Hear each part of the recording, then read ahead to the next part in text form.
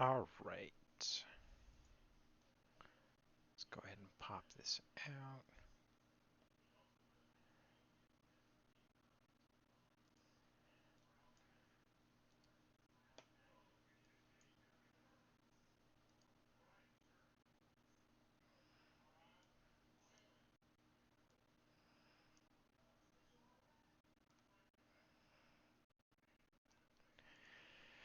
Okay.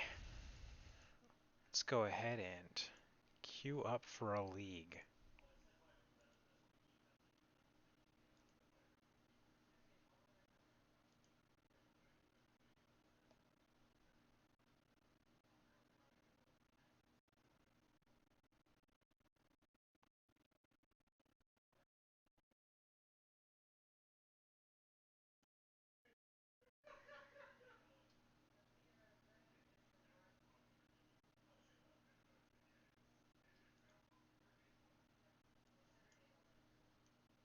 Yep, I can see your chat.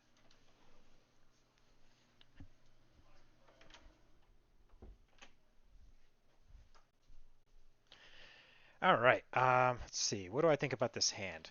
This hand is fine. Got a monument in it, some squadron hawks and stuff. Hoping to draw a third land. Hopefully an untapped one. Let's see what we're going against, though. Okay, some kind of faithless looting deck.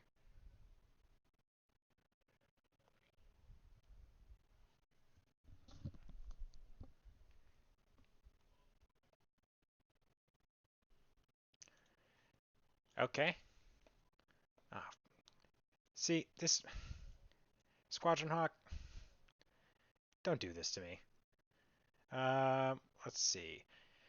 So I can go turn one Inspector or turn one Emiria. If I go turn one Inspector, it kind of, yeah, I'll just do that. The argument for starting with the Emiria is that if I draw a land here, like I could crack a clue, but then my third land is tapped, and I want to get this on into play on. Okay, cool. I got rid of.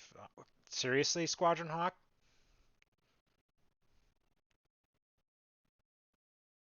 Okay, yeah, I don't have a delay set up. It's just that there's no place for me to plug my computer in this room, so it's just Wi-Fi.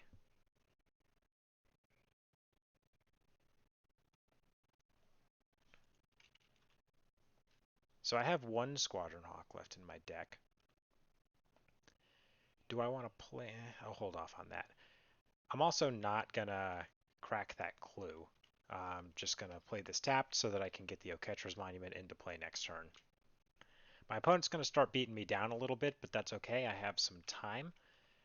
Once I untap with this in play, I'm gonna be able to generate a pretty big advantage. Hopefully they can't do much about this Gisela.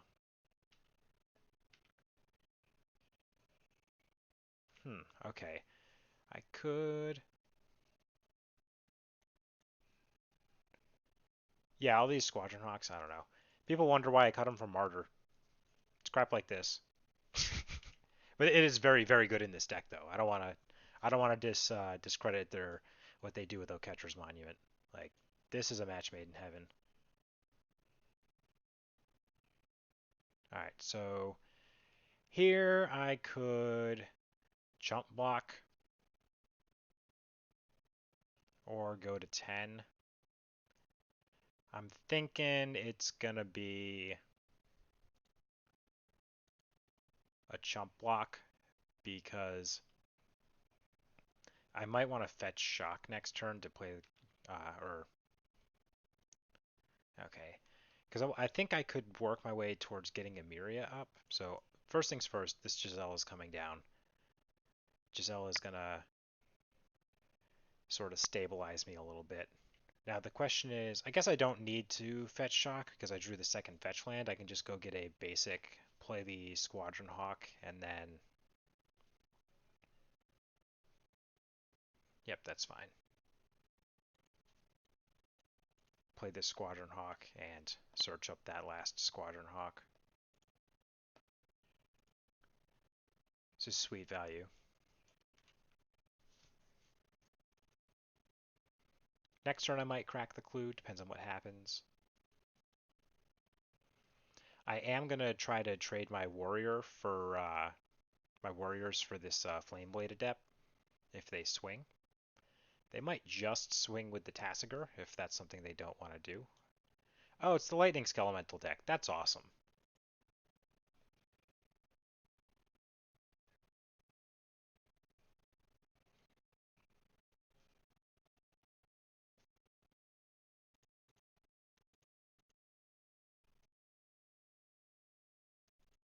Yeah, I think I'll block like this.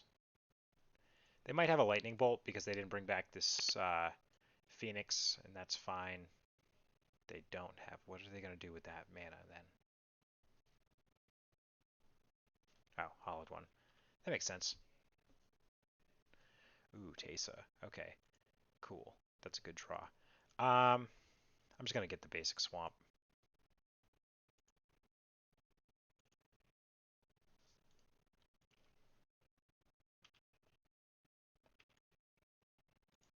No, let's not do that.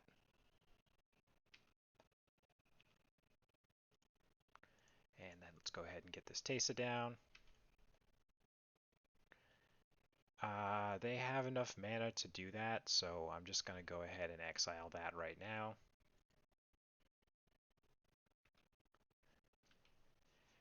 And we'll see what they do. Oh, actually, I might want to put a stop here on their main phase. Oh, okay. Sure.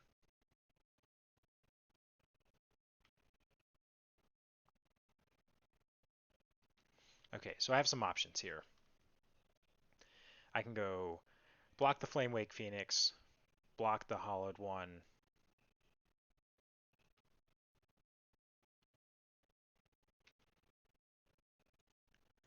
go block, block, block, and then decide which one I want to exile. It's Do I care about this combo is the question. So combo would I'm leaning towards exiling the Hollowed One and then just taking 8, going to 4.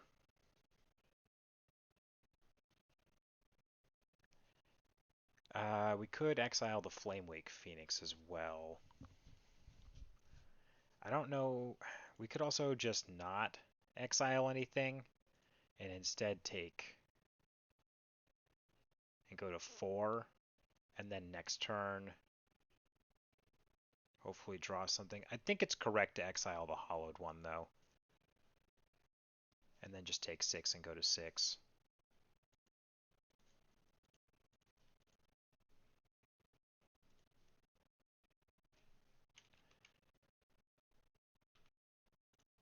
Goodbye combo.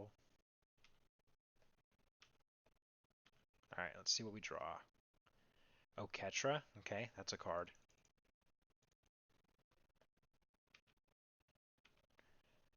We still need to deal with this Flamewake Phoenix over the next 3 turns. This Oketra does also stop them from doing this lightning thing. Does this have reach? Does not have reach. Yep.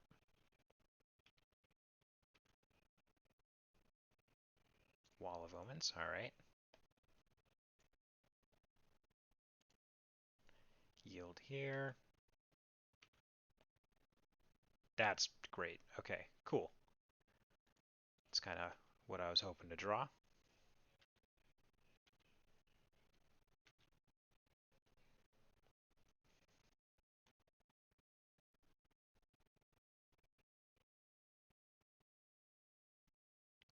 Cool. They're not even going to bother making me show them Avacyn. Okay, so against this sort of deck, I'm pretty sure Ghostly Prison's good. Um, Dahlia might be kind of good. Combo's probably good. Rest in Peace seems fine. Sorin seems fine. I don't really need Cast Out. Okay, I might try to not bring in the rest in pieces and instead just this is actually my first time going against this one. Okay, Athreos seems like kind of like not necessary here.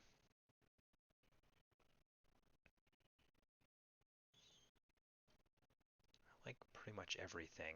So the things I want to bring in are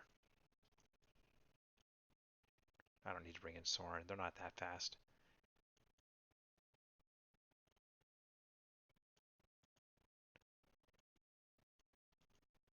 So 5 cards in. I brought out 1 card, which was the Athreos, and the cast out. Oh, sorry. Yeah, I wanted to bring in 6 cards. So combos coming in. The ghostly prisons are coming in for sure, and I'm pretty sure the Thalias are. They block the lightning elemental and uh, the other thing pretty well. So I want to keep the white main lions. Maybe we could shave one. Could also cut the Throbbing Inspector. That's just kind of low impact. Yeah, let's do that.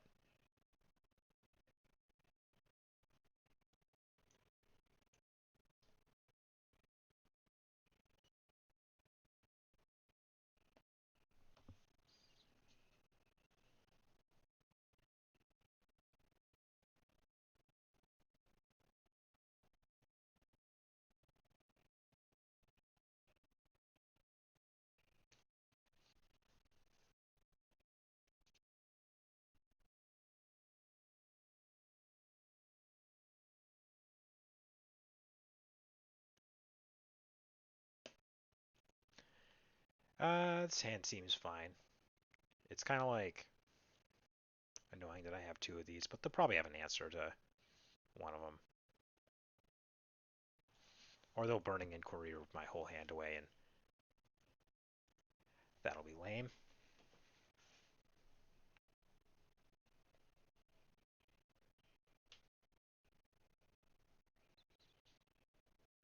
Turn 2, I'm just going to play the Thalia. Nice, I'm kind of glad they discarded that and can't just slam it into play for free. Alright, Dahlia. Let's see what you got.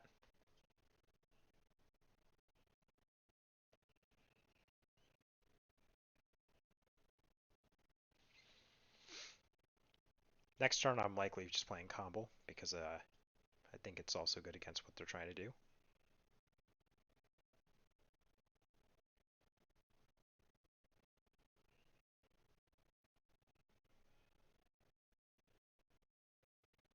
Okay, they got a Tasigur. Ooh, Teysa, nice. Okay. So I'm going to go ahead and get myself a basic Plains and play Combo. I can afford to take a few hits from the Tasigur.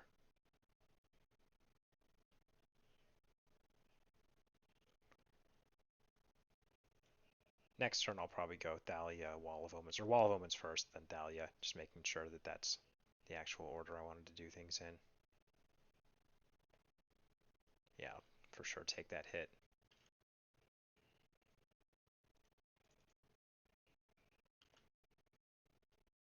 Okay.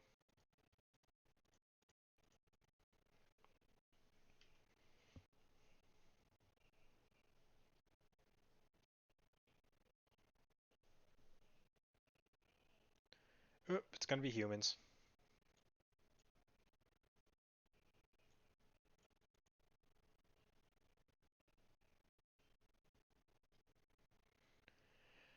Um, that's a pretty easy block, and I'll take the 5.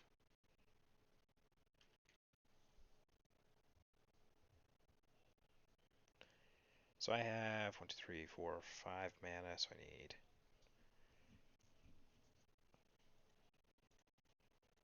Let's go ahead and play this.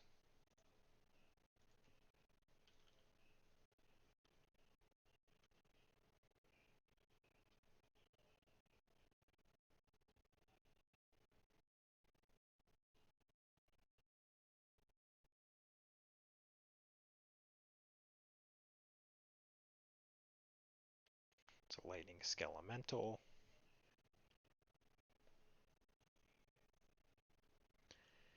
Okay, so we're going to start by blocking here, here, and here, and then we're going to exile that lightning skelemental.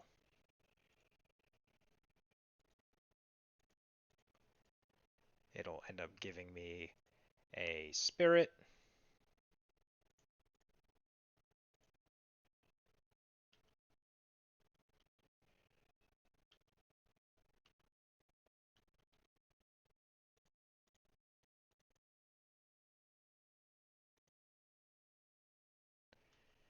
But it's not looking too good here.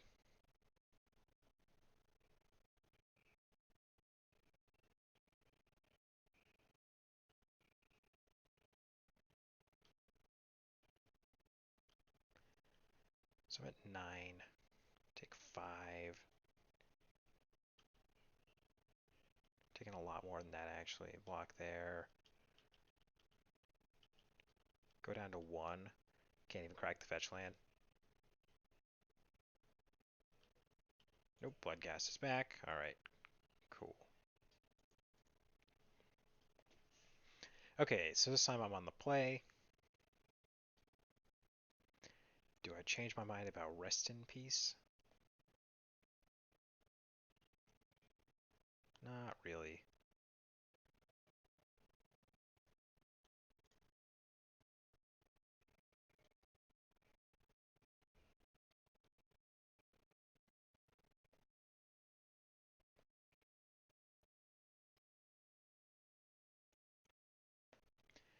Alright, I would love to play first.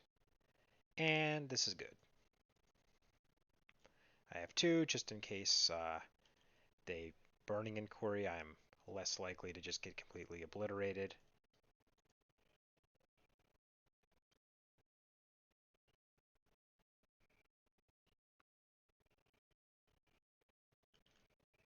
Awesome. Awesome.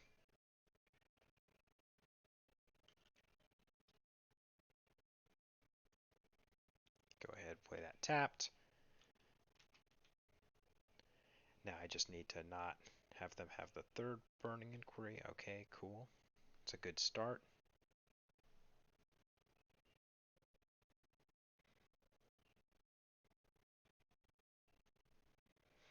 Oh, please miss a land drop. Okay, yeah, this is great. Pretty sure this game's about to be over.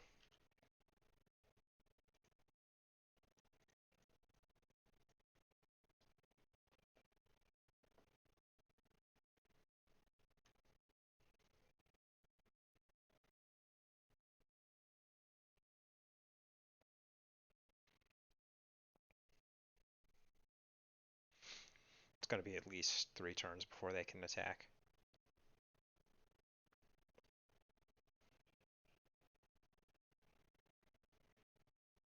And that's 1, 2, 3 Burning Inquiries gone. By the way, Burning Inquiry is my least favorite card in all of Magic.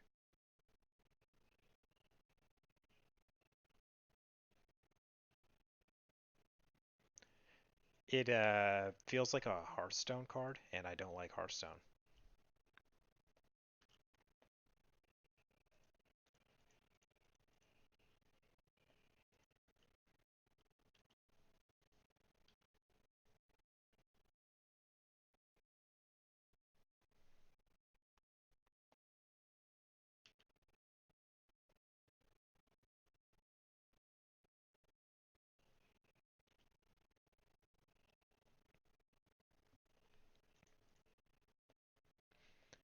Here I'm going to grab the Mistfield Plains,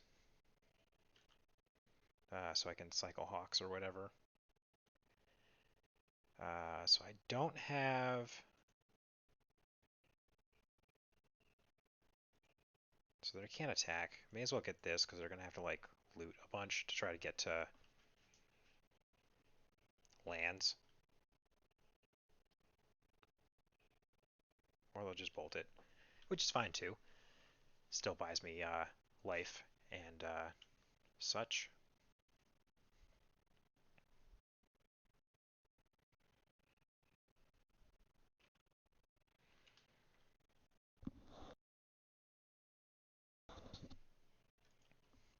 Right here I'm looking to get into like a monument or like maybe a Gisela or something.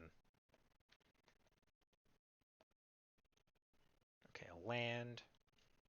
That's fine. Um,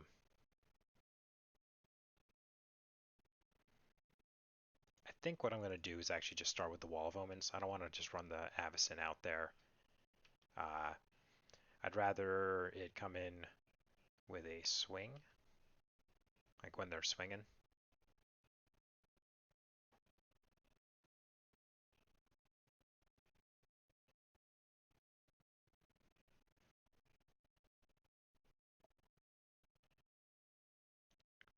Okay, cool. So next turn, I'll probably leave up Avacyn.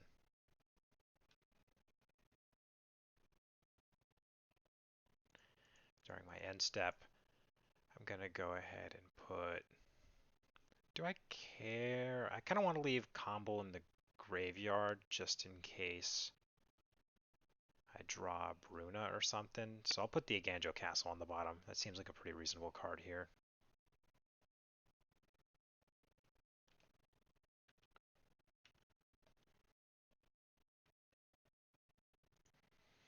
Cool. Now we got a Westvale Abbey in play. We can start making one ground blocker every turn. So that'll lock them out of the one ground blocker the ground attacker they can do, which makes them more likely to want to attack with this Phoenix, which I can get with the Avacyn.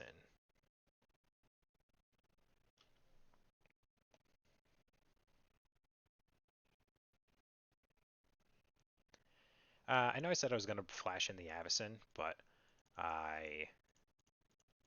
having Westvale Abbey up, this just kind of buys me more, because the Avacyn's not going to trade with that. So this might incentivize them to... Oh man, Gisela's so good here though. Do I want to do that? I could do Gisela and Teysa. Yeah, we'll go for that.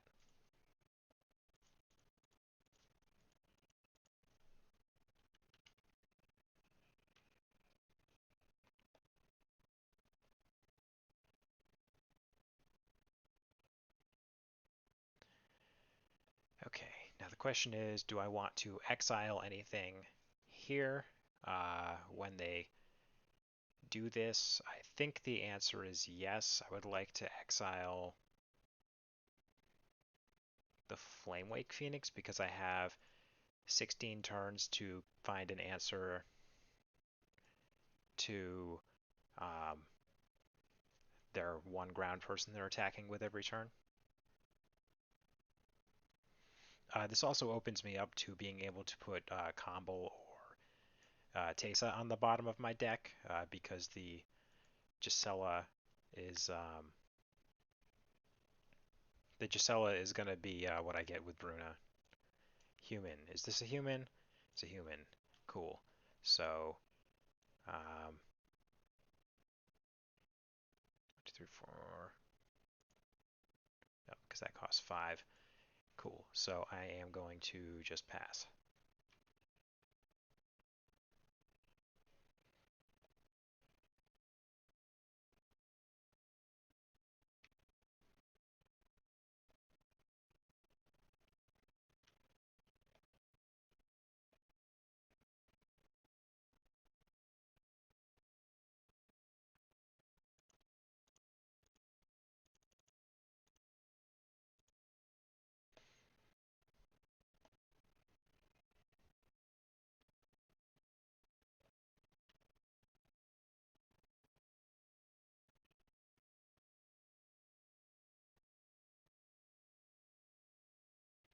One thing I can do while Plague Engineer is out is just make a guy. It'll die immediately, which I believe this triggers off of tokens. Yep. And he just cares about it not being an angel. And then from there, I can knock out a lot of things. So I have the Tastes in my hand. I'll put a combo back.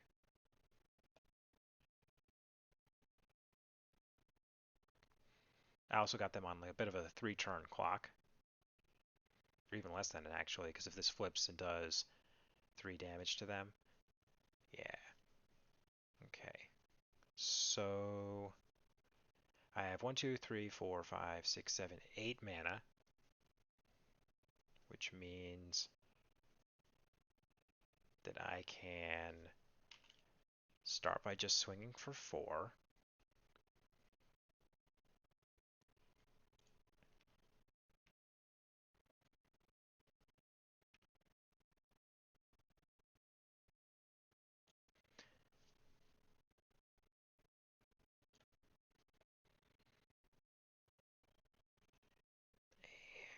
And let's go ahead and kill the Plague Engineer during their upkeep.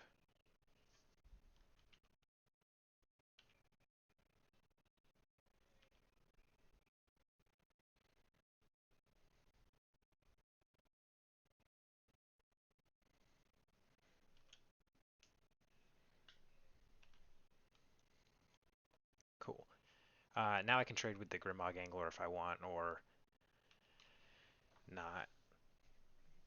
So they might have to. Okay, cool. Got there.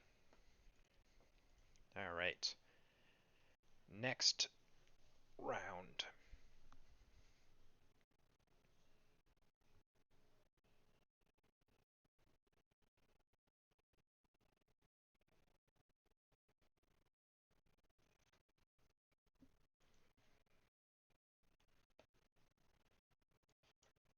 Okay, I'd like to play first. Um, Sand is kind of meh, but it has a monument in it, so we'll give it a shot. I just wish it had something. I mean, I get a turn 4 Avacyn with this. I just kind of wish I had something to do on turn 1 and 2. Yeah, I agree. That went pretty well. Start off with this tapped. The It seems like probably a good matchup. Having access to the prisons. Okay, mono red prowess is another thing we're going to want prisons for. Um, Also, we might die before we untap and play this Archangel Avacyn. This hand's pretty slow. Um, this would be better against like a control matchup, possibly.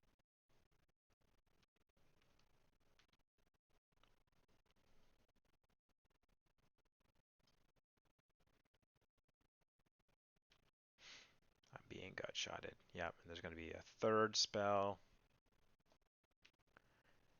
All right, lands. Yep, nope, this is going to hurt. Going to 11. Go ahead and get this misfill out there.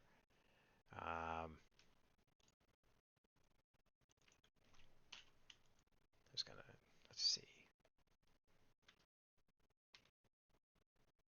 White main lion. Okay, am I dead next turn? Should I give up what I'm doing? Um, so next turn, they're going to at least put me to 8, and then 6, which would kill me. Unless I put out a blocker. In that case, yes. I'm going to concede right here just to conceal information. They don't quite know what we're playing yet. So, um, yeah, I was definitely dead for sure. So here, these are good. This is good. This is good. Um, Athreos is not good. Cut these Throbbing Inspectors. I can cut a white main lion. And I need to cut one more card. It's probably going to be cast out. And yeah, all right. Now we know what we're going against. Cool. Now, well, I'm not playing Martyr Proc right now, so I don't know. Maybe they think I'm playing Martyr Proc. And there's a chance that like they don't even know what Mistfield Plane. They like. There's a lot of people that don't know what Mistfield Planes does.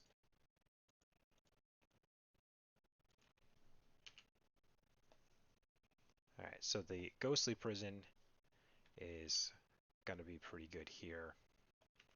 They're having a pretty slow start. Oh, nice combo. Um, do I want to play the combo first or the Ghostly Prison? I'm leaning towards Ghostly Prison. They can answer combo easier than they can answer the Ghostly Prison. They're both pretty backbreaking.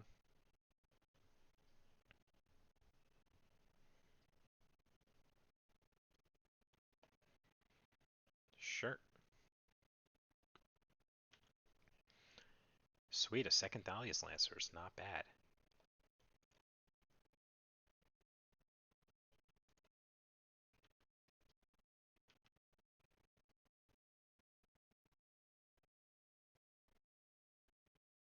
So here, they're going to gut shot my face, which seems like, uh, okay, I guess that's what it's for.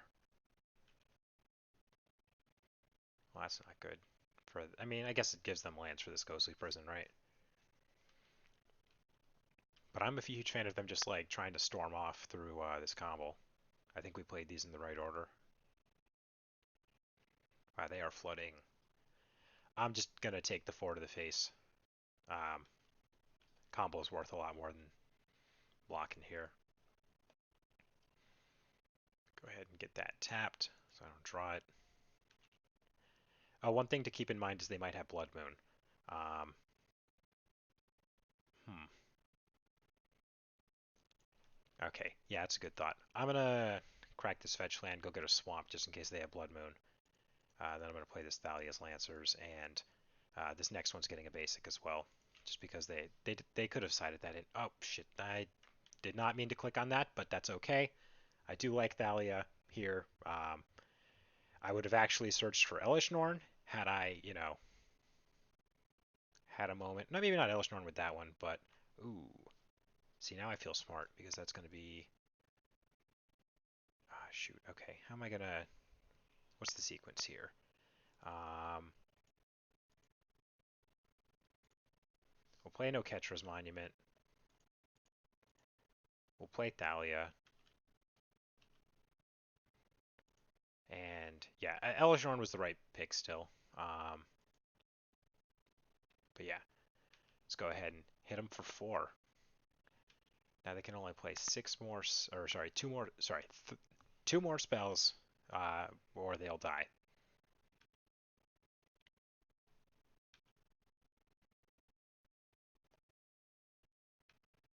Okay, Bedlam Reveler, so I'm not getting attacked this turn. Let's go ahead and get a basic. Ooh, that's pretty solid. So 4 and 3. Oh, sorry, it costs more than 4 because of the Dahlia that's out. That's fine.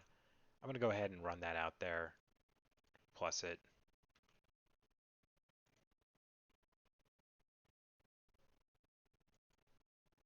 Yeah. Okay, cool. I think I'm going to just keep doing what I was doing.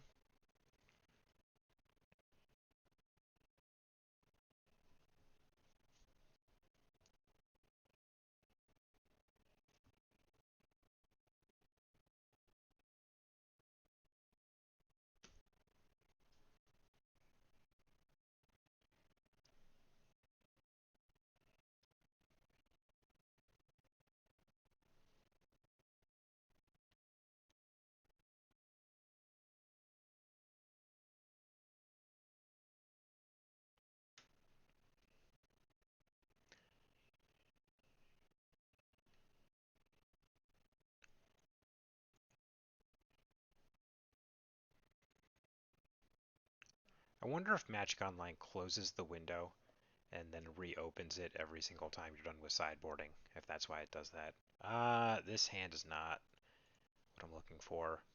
This hand is much more like what I'm looking for. So we'll keep this. Question is, what am I putting on the bottom? It's probably going to be the white main lion.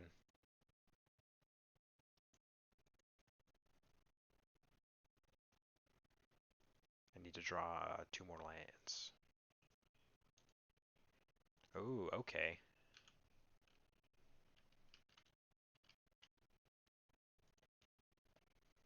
I might not play Thalia on 2 because I want to be able to play this on 3. I might just go Wall of Omens trying to get that 3rd land. Thalia has some actual dysynergy with this deck because you have this and Monument that you want to play on turn 3, which does stink. Um, okay. Wow, another Thalia. The game's like, just play the Thalia. Um, oh, I actually have to. Oh, shoot, I don't want to shock myself here. Okay, yeah. Still Wall of Omens time. Sweet, got there.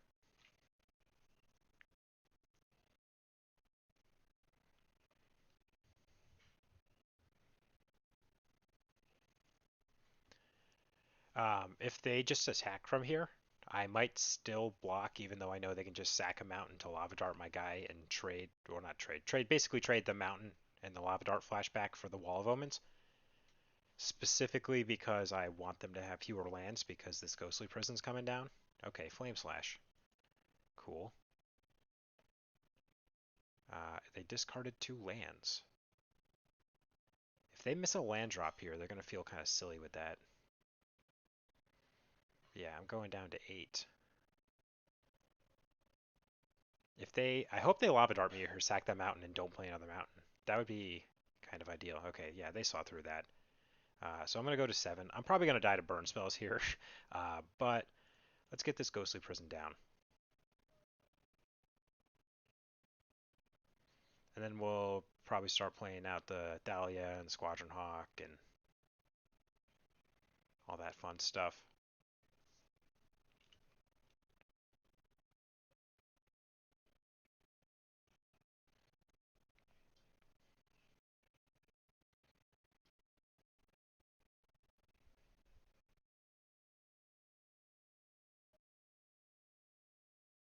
I hope I hit like a basic land or something so I can play the Squadron Hawk.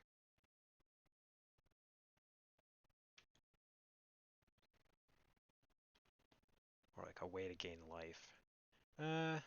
That's not good, but we'll go ahead and play Thalia.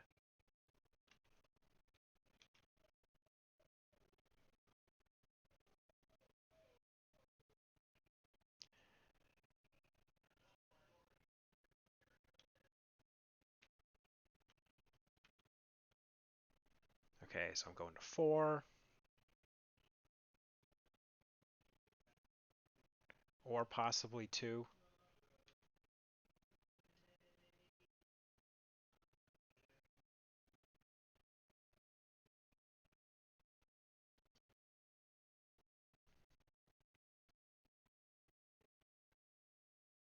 Honestly, the Shambling Vent kind of might be the key here. Okay, I'm at 4. I feel less inclined to swing with this. Though, yeah. Let's go ahead and play out the Thalia and play out the Squadron Hawk. I am going to play the Marsh Flats. I'm not going to crack it until I'm above 4 life, just because I uh, don't want to die to Lightning Bolt. But I do want to hit my land drop.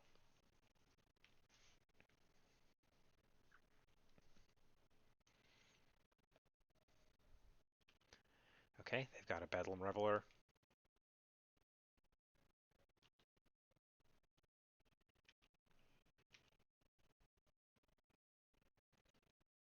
Okay, let's see.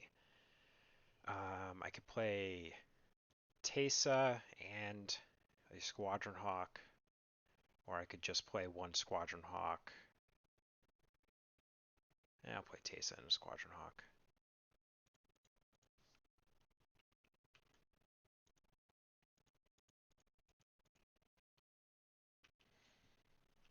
Okay.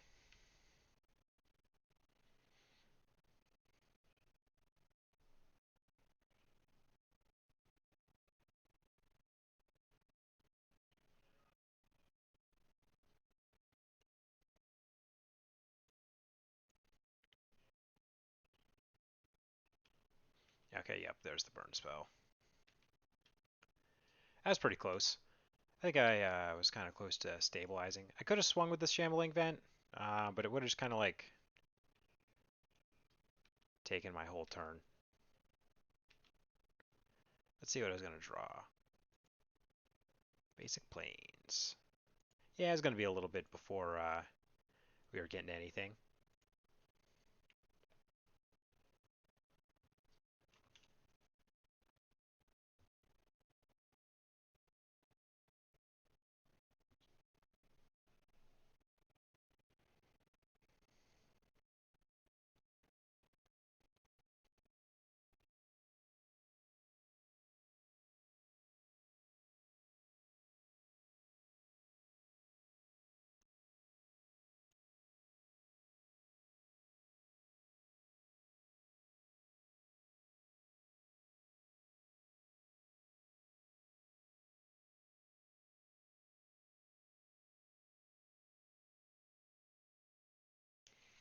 All right. Oop, where'd you go?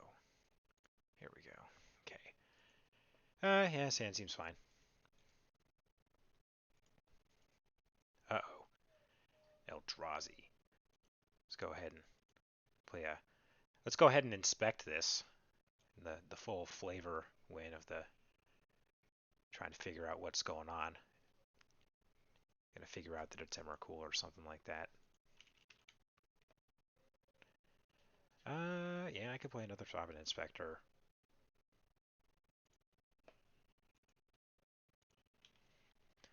This gives me outs to like play Teysa next turn if they don't Thought Not Seared away, which they're probably gonna do anyway.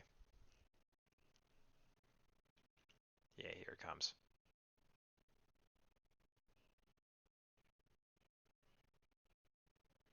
Goodbye, Teysa.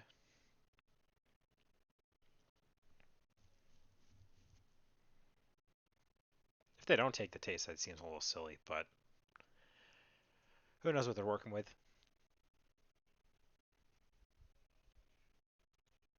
Short term, that sucks. Long term, it's... I don't like this card, but, you know, this deck needs like a ton of cantrips to work.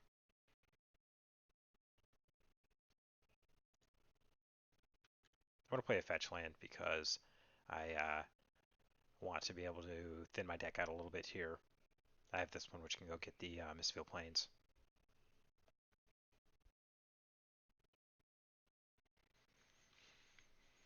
After they swing, before I block, if I want to know if I'm going to chump block or not. Um, okay, I am going to crack a clue right here.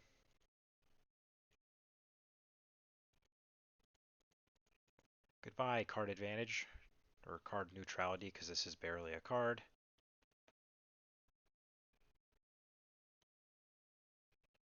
Do they know that I can't actually use those? Uh, Probably not then, I guess. Okay, we'll go ahead and play Combo and this Arid Mesa.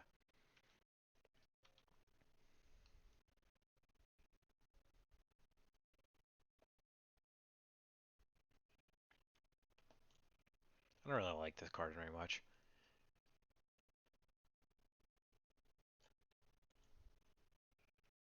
I think Hogak's probably one of the reasons they left that. I don't know. I guess there's like ways to, it's just annoying that there's a one card combo. Yeah. Goodbye, Elish Norn.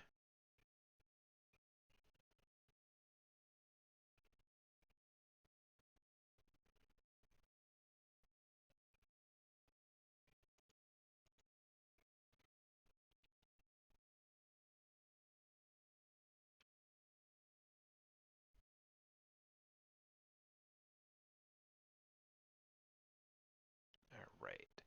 Let's go ahead and get that Misty. Please. Please. Okay.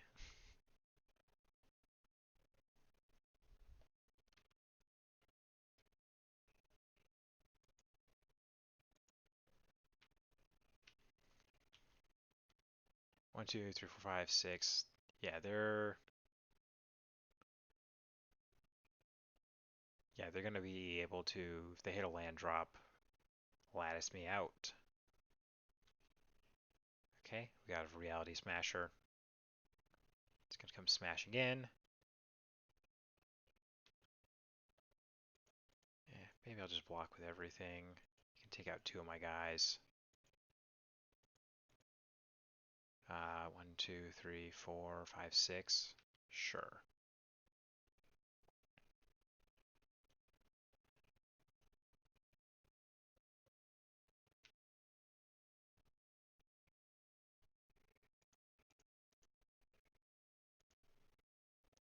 Combo on the bottom.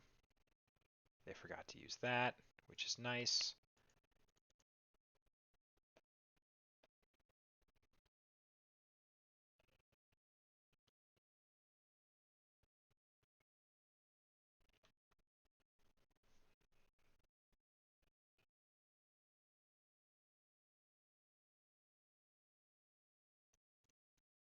Let's go ahead and see what's going on with the top card of my deck.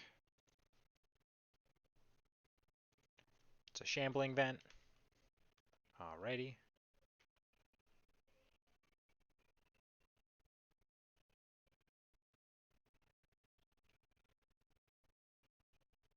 Do they not have lattice?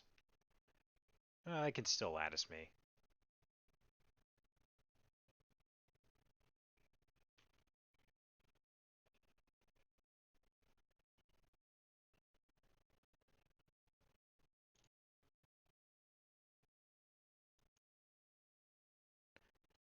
Alright. Cool.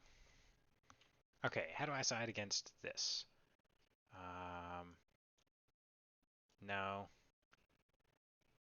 Do I want Thalia? Do I want Stony? Do I want Rest in Peace? Not really. I don't really know how I'm supposed to sideboard here. I guess Anguish Unmaking's good. I'm going to want that. Bring that in. Um,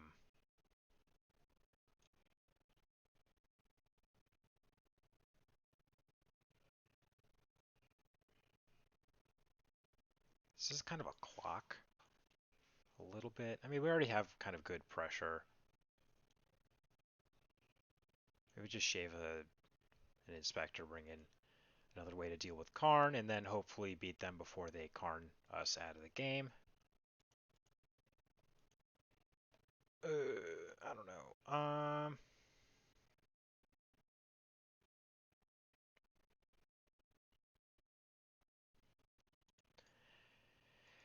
Yeah. A lot of times just having Monument on turn 3, the deck will do the rest of the work.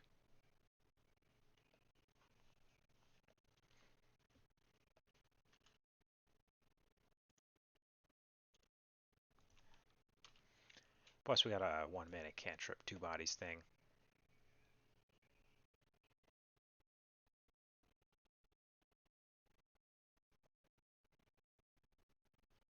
Yep, cool.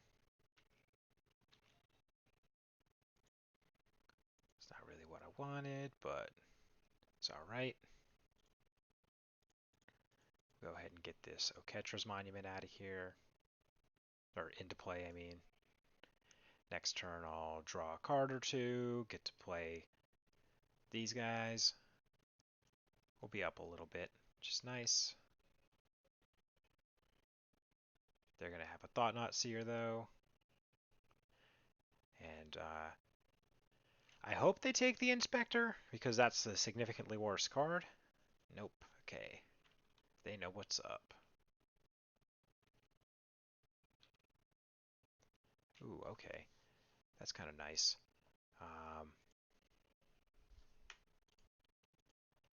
Yield.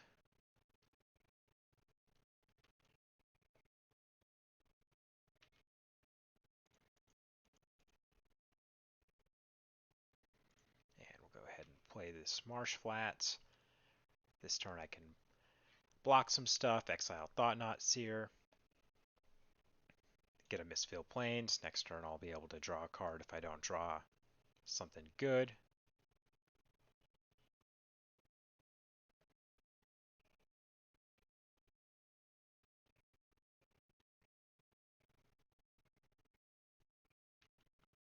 Cool.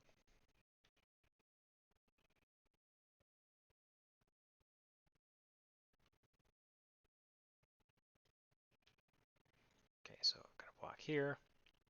Go ahead and take the 5 because does this do it just does spells, right? Yeah.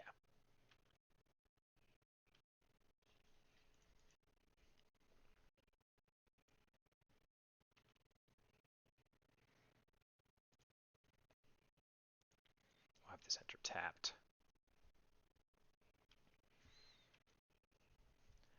I'll flash it in and then block here and double block there with the token and the Avacyn to clear their board.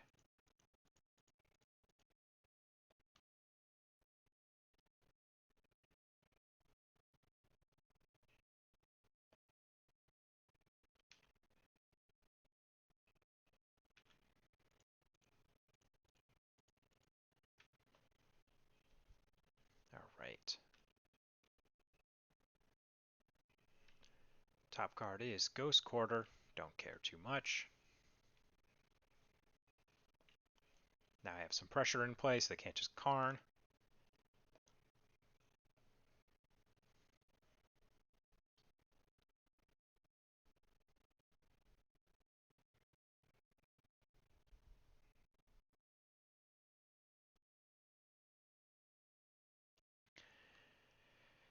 Destroy a permanent that is one or more color.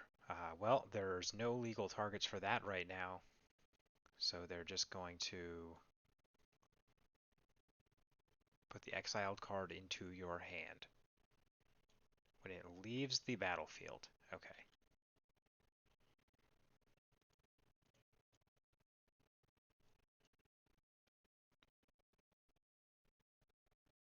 Boo.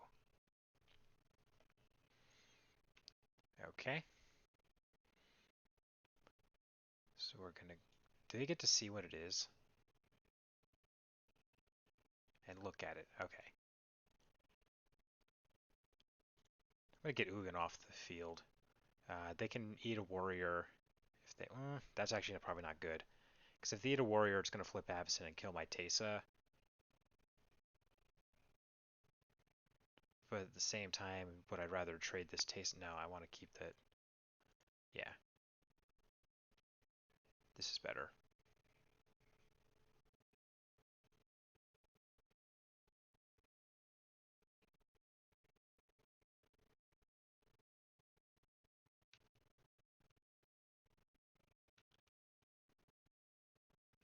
And we'll play this tapped. Can make an argument for leaving it putting the Ganjo Castle into play to protect some of this stuff or be able to activate the Shambling Vent and block. I don't necessarily know that that's how this game is going to play out, but yeah, that probably would have been better. I have enough lands that I wouldn't have to shock myself. So, okay, Karn. Gonna go ahead and put this on the bottom.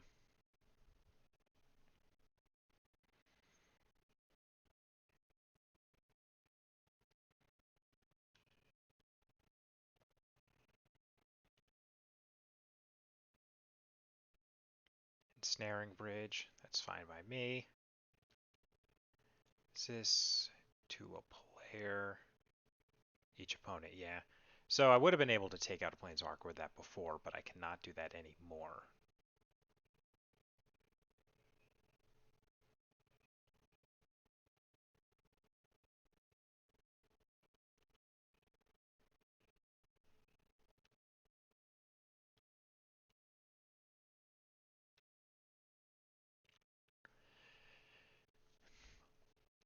Lame, lame, lame. Okay, what's the plan here? I can't attack. I could make them draw a card. I'm probably playing the Ganjo Castle. Or I could thin my deck out. I'm playing the castle just so they can't ballista me right now. Um,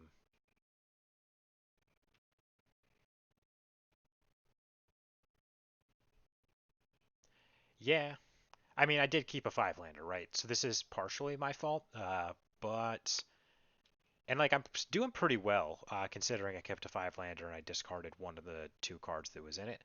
Um, it's just the Ugin into the Karn was pretty rough on their end. Do they have Tron now? They do have Tron now. Okay. And I don't necessarily think I'm out of it yet.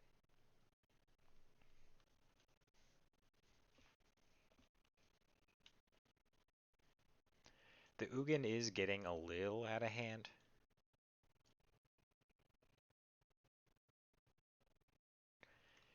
If I get like an Elishnorn, interesting. Uh, sure. That will draw them 2 cards during my upkeep. Is worth noting.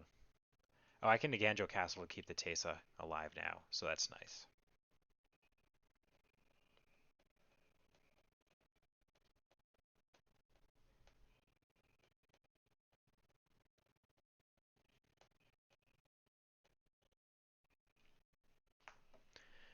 I think the thing I want to draw the most is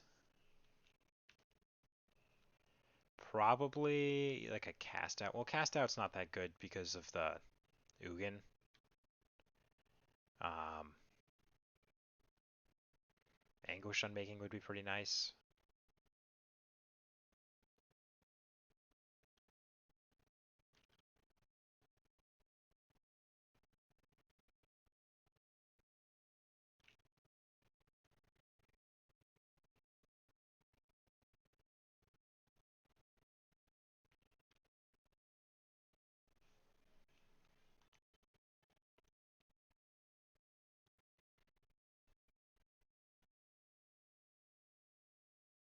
Okay, during my upkeep, I'm going to respond to the trigger by preventing damage to Teysa.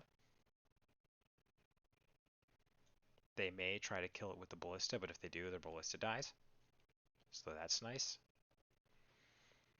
Then they would have nothing in play. I could activate the Shambling Vent and attack Karn or Ugin.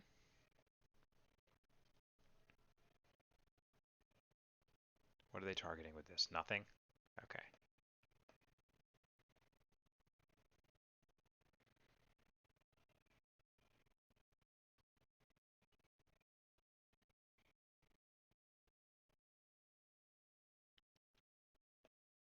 All right, let's go ahead and get this flipped.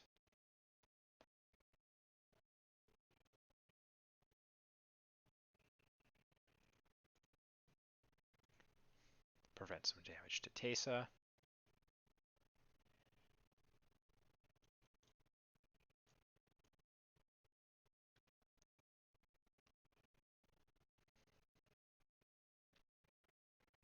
Okay.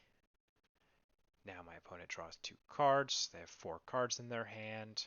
Let's see what I draw. A Westvale Abbey. That's kind of interesting. I don't think I'm going to play that right now because I think what I'm going to do is actually just attack the Ugin with Teysa and Shambling Vent.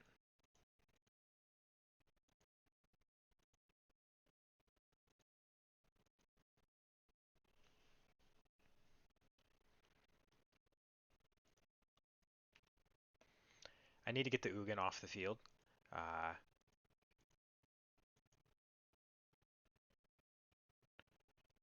so I guess they could block here and then remove 2 counters to...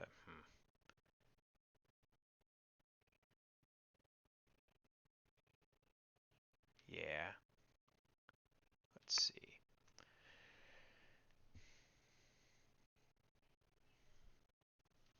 I don't actually have any white permanents in play besides these 2.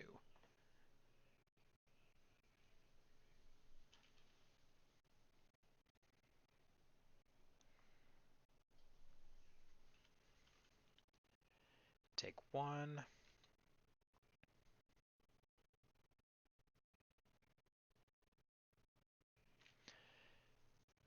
So here I could actually sack everything in order to make myself a white spirit, 2 white spirit, or no, doesn't get 1 for that, so I'd get 1. I don't think it's worth it. So I'll just let that happen. I'm not going to gain any life. That can't do its thing, so we will go ahead and pass to my opponent.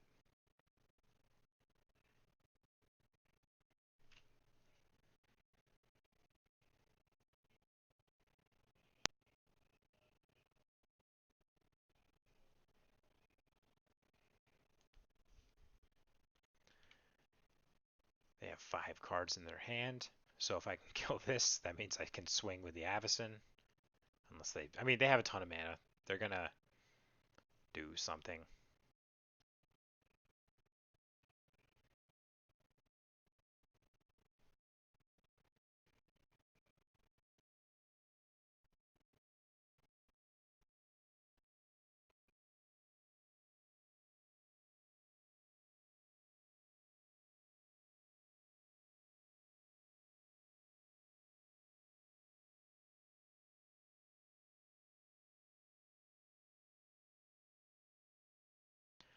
And I am probably gonna concede this. I just need to, just curious what I'm gonna draw. Dang. Okay. And we're out of here. It's possible I need to tweak my sideboard for that matchup. I don't really have too much going on there except the English I'm making. Something to keep in mind. Part of this deck is uh, I made the list like 9 months ago, and the only change I made just now when I picked it back up was I added in the God Eternal Oketra and the Athreos over 2 cast outs. So I gotta kind of see what the current metagame looks like, figure out that's a mulligan. This is not ideal, but much better. Let's go ahead and put the Godless Shrine on the bottom.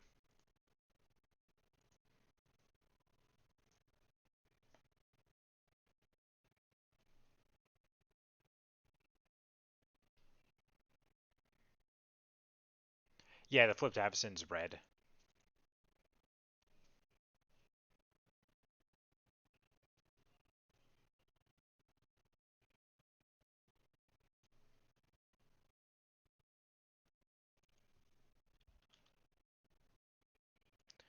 Go ahead and play this tapped.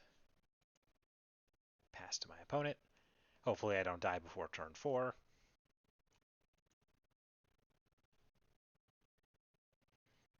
Fastland's not a good land. Okay. Oh, they're probably playing Dredge. Yeah, I'm not too worried about this. Oh, yeah. Cool.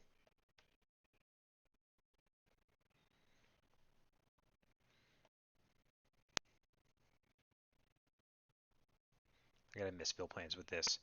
I'd like to draw one more land, just so I can, well, more than one more land, just so I can go, like, God Eternal Oketra, and then, like, maybe 2 turns later, Elish Norn.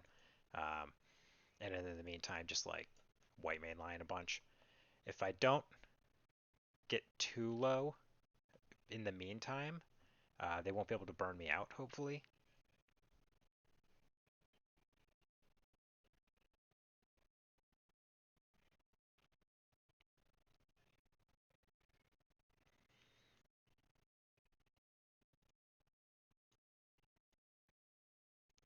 But I am probably going to take a bit of damage before then. The one thing I don't like about this deck is that I think it needs a little more life gain. Hey, lights.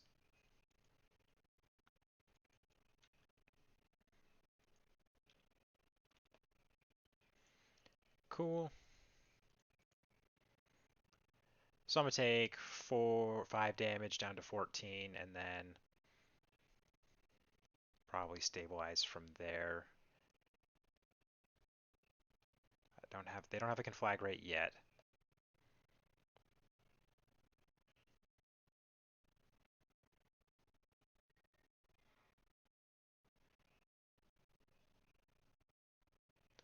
This does give them something to chip away at me a little bit more. Loam, Stinkweed Imp. Yep, okay. They're getting a lot of stuff.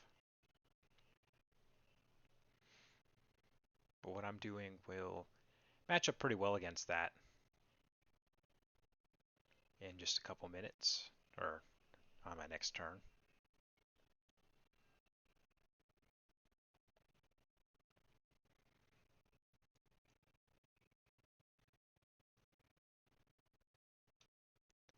Yep, creep and chill. Yeah, they're getting a lot of stuff in play. It might make a little sense for me. I mean, it depends on what I draw, right? But it might make a little more sense just to white main line next turn to not take quite so much damage. Um, yeah, actually, I think what I'm going to do is play the Squadron Hawk, uh, search up a bunch of guys just because I want to get a bunch of things in play because I don't want to take more damage and die to being burned out. I'm going to have no problem with the White Mane Lion and the Oketra generating blockers. It's just a matter of stabilizing at a high enough life total that I don't lose to creeping chills and burn spells like Conflagrate.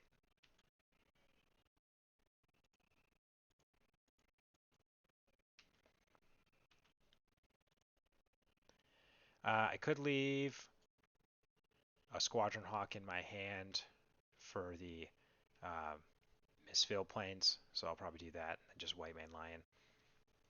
Only one of these blockers needs to be flying for the Narcomoeba. They got a Hogak.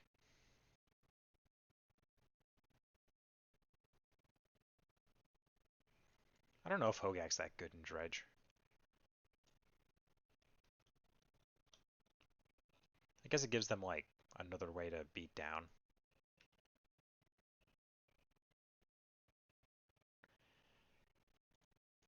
Go ahead and flash in this White Mane Lion. Bounce it to my hand.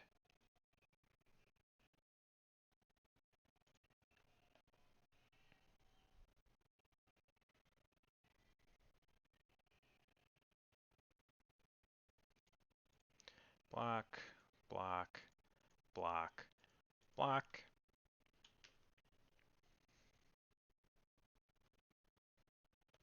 I want to draw a land so that way I can go God Eternal Ketra and follow it up with a White Mane Lion. Make some beefy stuff.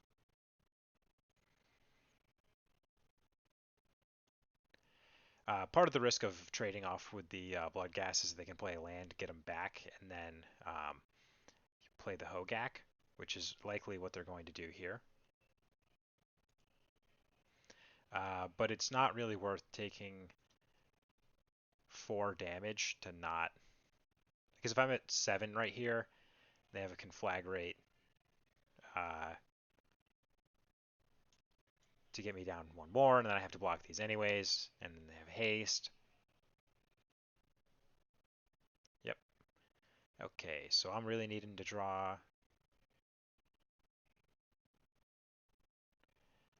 something here. Cast out is a thing, but is it the right thing? Okay, so what's the play here? I could play the cast out, exile the Hogak,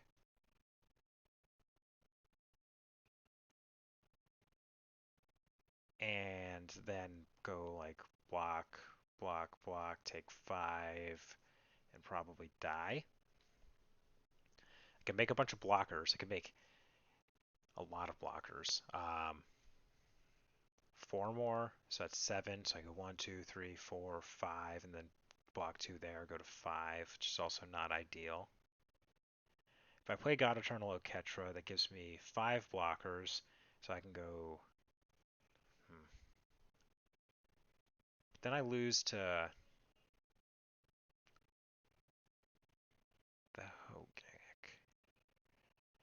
Okay, so what if I just block, block, block, take the 4, go to 7. Yeah, I think that's the play.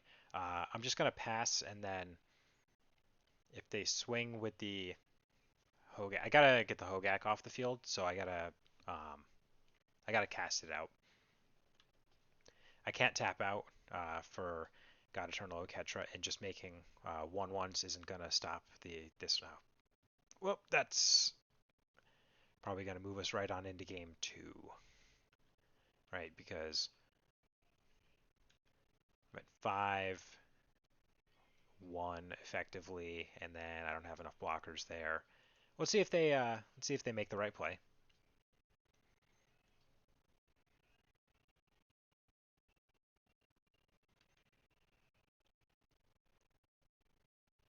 Okay, so I can make 4 blockers, 7, so 1, 2, 3, 4, 5. Yeah, cool.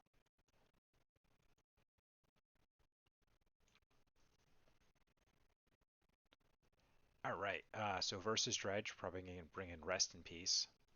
Urza's Ruinous Blast is reasonable here. Ghostly Prisons are reasonable here. Um, Soren is fine. So we got like 8 cards we can bring in. We can bring out the Inspectors, because usually that's what we bring out. We can bring out the Athreos, because we're bringing in the Rest in Peace. Cast Out's probably a little slow. Um, Combo's probably a little slow. That brings me to 8. Cool. So I think this should insulate us from dying too easily. Um, so yeah, let's try this out.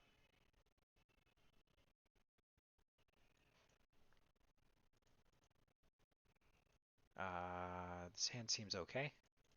I have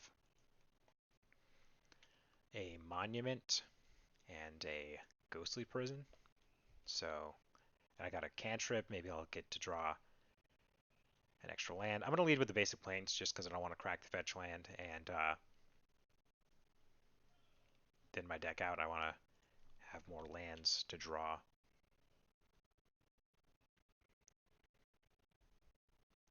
Give me a little more information about what I want to search with this.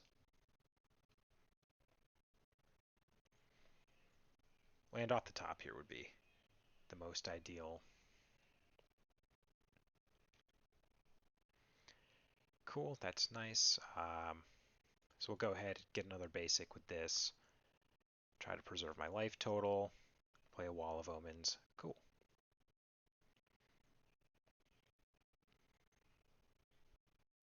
They dredged a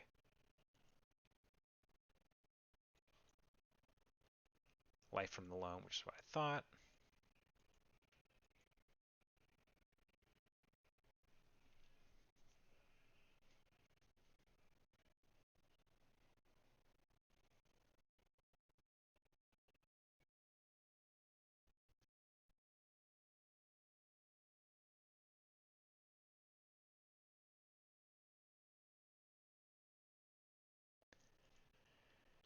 Um, sorry, I was looking at chat for a second there. Why is whatever? Okay. So they just fatalistic. Cool.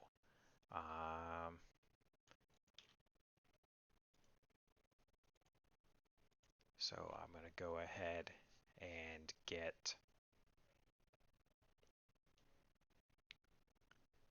another plains, and I'll play the Oketra's Monument.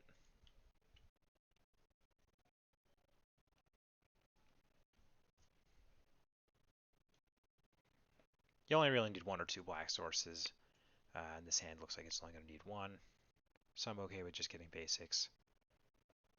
Okay. They Nature's claimed that, which honestly I would rather the Nature's claim that than the Ghostly Prison. Or Rest in Peace, which I mean I don't have yet, but I might eventually. Okay.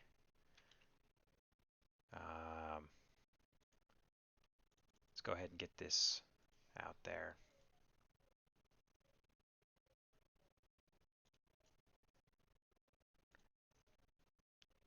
4, 5. So getting close on this. I'm just going to play Soren and down ticket next turn. I could up ticket. He close to the ultimate, but the ultimate doesn't really matter that much against Dredge. It's just kind of in there to give me lifelink on my guys.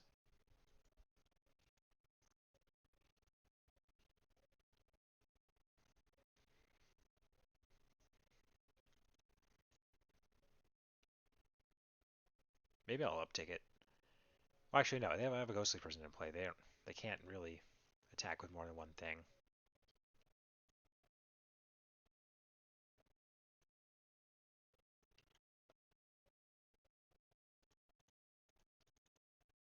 They can attack with two things.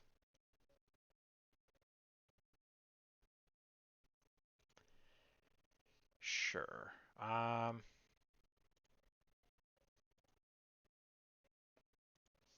This is what we'll do. If they want to tap out to attack the Sorin, I can block one of them fully and then chump the other one. Okay. At 26 life.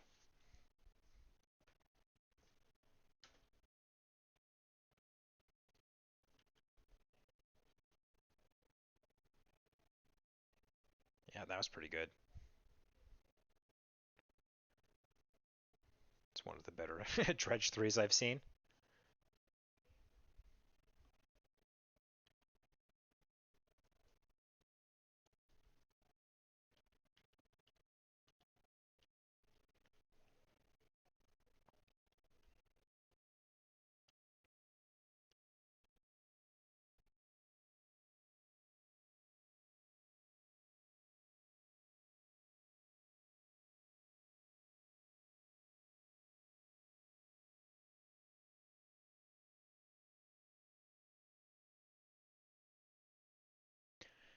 What are they attacking? Everything at Sorin. So I can't possibly save it. There's no reason to trade anything here.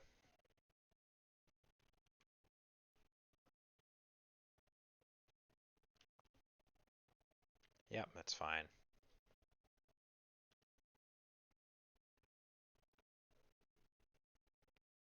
It's kind of like a 4 mana, make a 2/2, gain 8. Nice, okay. So we got a monument. Let's go ahead and get this Teysa out here.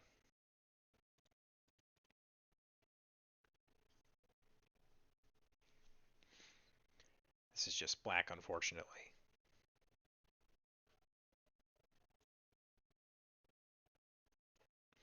I can't chump block with it, make a white creature. Maybe that'll come up. I also don't mind losing the Teysa because I have a second Teysa. Now 5 mana is one short of enough to cast the Bruna, which could also get back a Teysa. So I've got options. They might tick up Blast Zone to 3, which would suck, because then I'd lose Teysa and Oaketcher's Monument.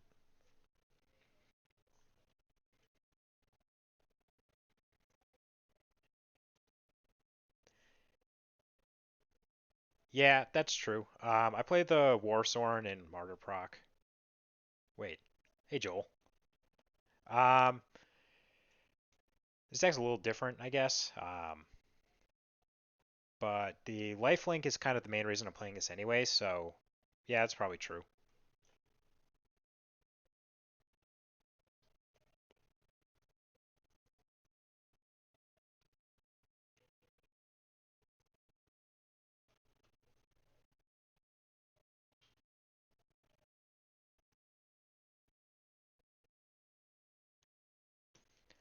Okay, what is happening here?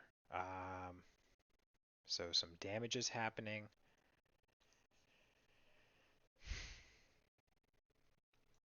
Exile.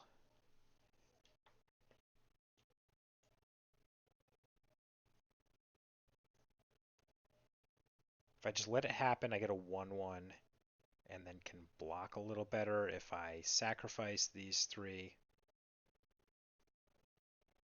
Yeah, yeah. So let's see. Math. This dies, I get a 1/1. Can block here and block one of these with the 1/1 and block here with that.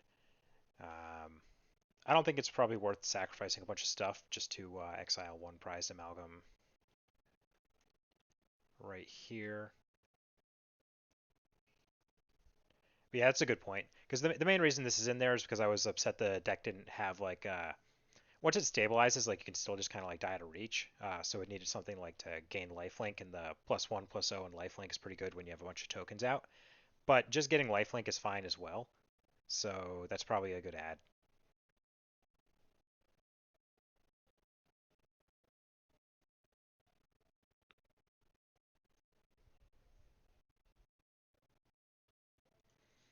So go ahead, block here, block here, and then go to 19.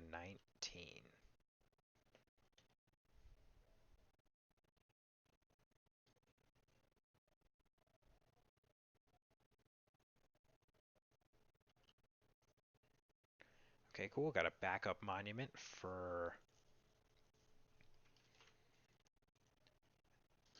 if that one dies.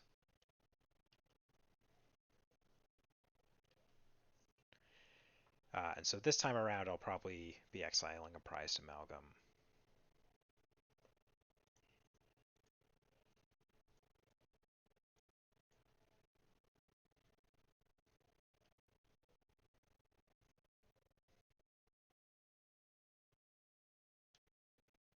Okay, it's creeping chill.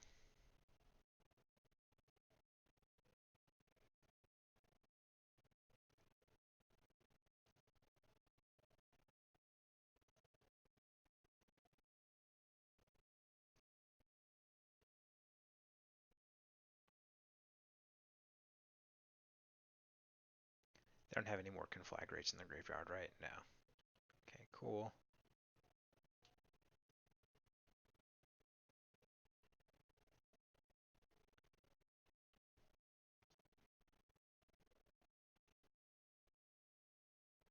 So it's 1, 2, 3 nature's claims. Okay, they don't have very many more nature's claims.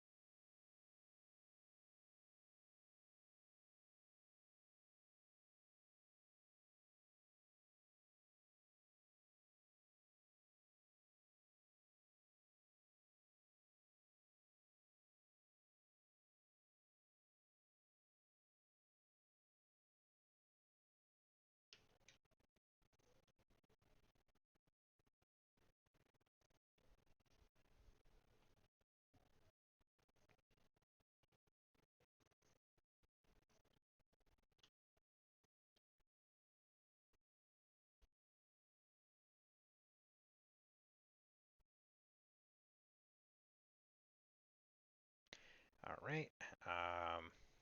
Block, block. Doesn't really matter.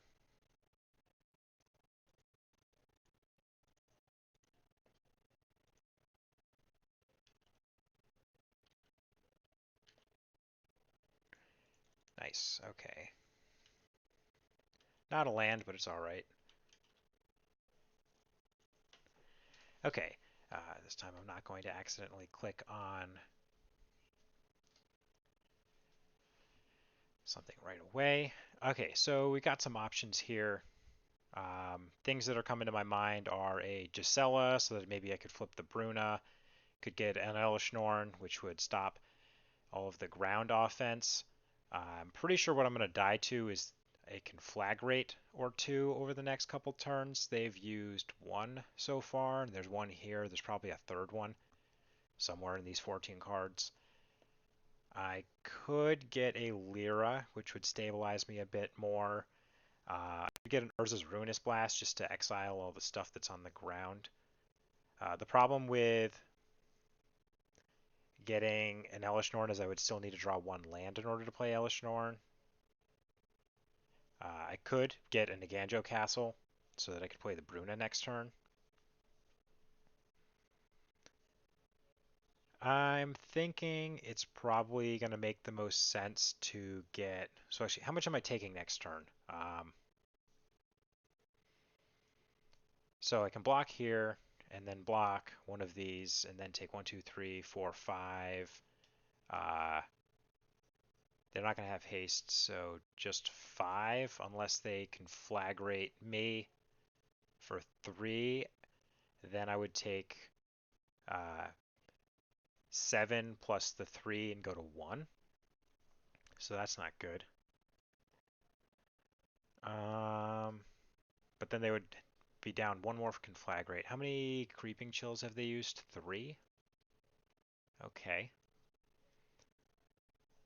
Yeah, I think what I'm gonna do is get a Gisela so that way I can have some life, or start going up in life, and maybe flip the Bruna at some point. But yeah, they have. I actually might just be dead now because of the. Because if they can flagrate me for 2 and kill the warrior, then play a land, uh, they can hit me for the 11 actually, right? Because then they go. So I just block the 1. I take 6, 9, 2. Yep. Dark Blast. Okay. That's another way to do it. I mean, it's going to hit me for less. Actually, yeah, no, it's because they played a land, or did that. Okay.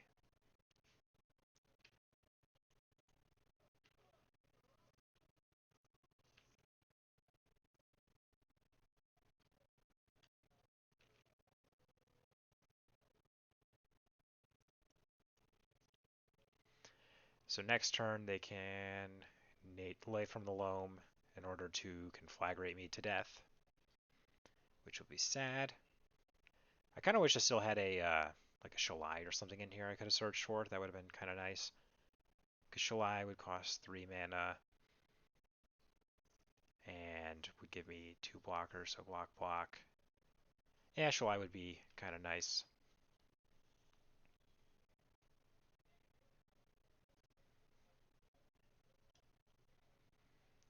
I'd be pretty amazed if they don't. Oh, yep. It's a Creeping Chill. It's going to be the last one, right? Yeah, it's the last Creeping Chill. So I'm at 1. And I gotta see what they got. Show game log. They got a life, or nope. Dredge ability from Life from the Loam and Dark Blast. Okay. Rest in Peace? No. Dang. Okay. Yeah, Rest in Peace would have been not good anyway. Well, actually, yeah, Rest in Peace would have probably done it, because then I could go Gisela, can block one of these, gain 4 life. Yeah, that would have been fine. But yeah, I guess I'll just play this.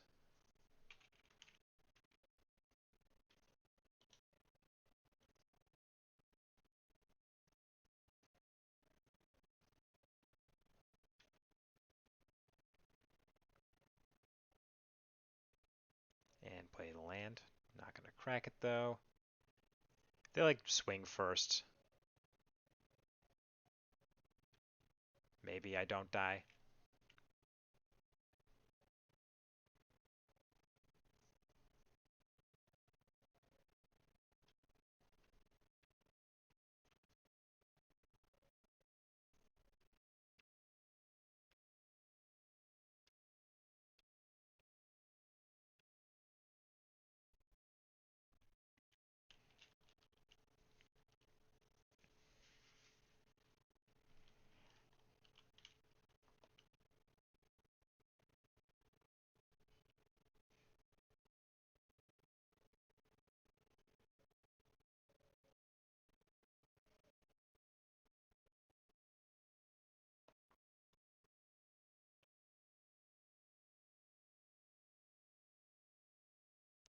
All right.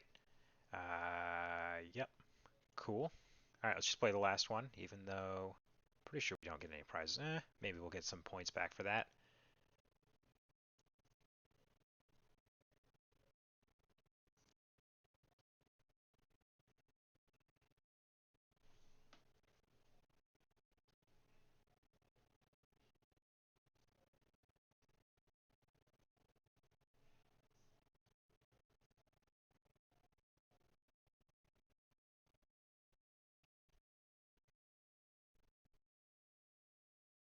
Let's go against like a control deck or something like that.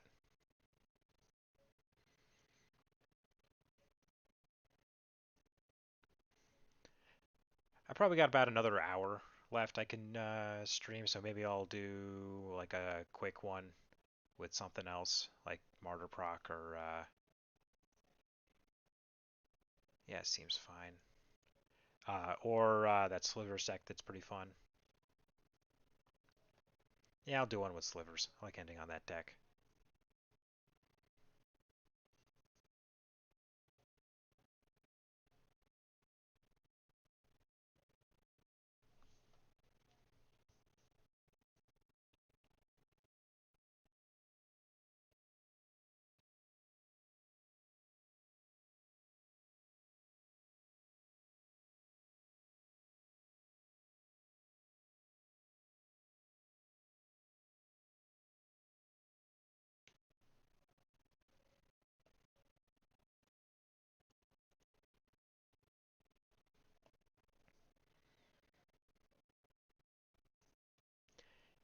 The biggest difference I'm noticing going from my current Martyr Proc list to this again is that my current Martyr Proc list doesn't have anything that's big and clunky and not easy to cast within the first 3 or 4 turns of the game, whereas this deck definitely has a lot more of that going on, which I don't really miss. It's kind of nice just having a streamlined deck. Monument lets you get away with a lot of crap, uh, like playing 7 drops, but ooh, nice colonnade. Not nice, Squadron Hawk. Just keep showing me why I cut you, buddy. Just keep showing me why I cut you.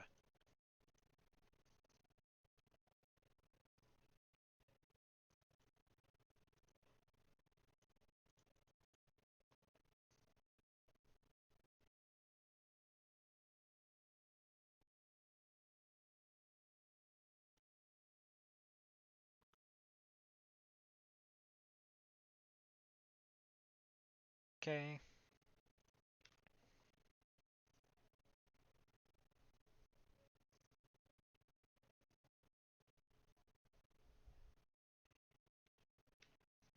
Land? No. Here, I'm going to swing for 2 and then crack the clue. I'm not going to play um, a creature because it's better with the trigger. I could not crack the clue, but I just kind of really want to hit a land drop.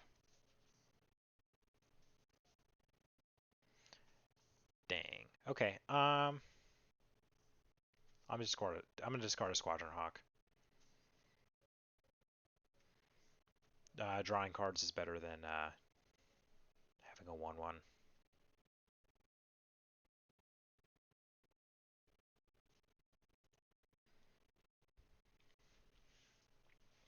And the rest of these cards are enough gas that it's just better for me to have them eventually once I hit the lands, because I'm not going to die anytime soon. Okay, it's a Narset. I'll probably swing it 2 at that just to stop one more. Oh, crud. That's so annoying. It stops the Wall of Omens.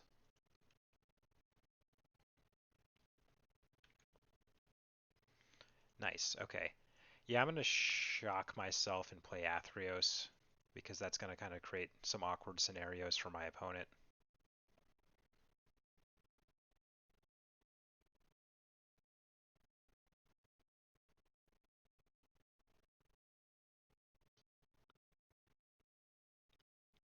It's a creature, so they can't. Well, it's a creature when it's on the stack, so they can't actually force it.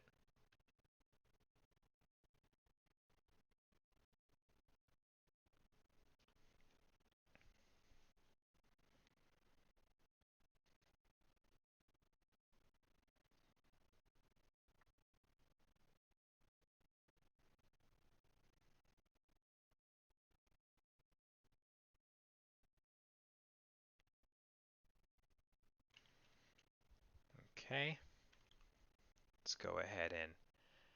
I know I could split the attacks, but I am going to attack Narset twice just because I really do want the Narset to leave play. This Wall of Omens is going to be valuable.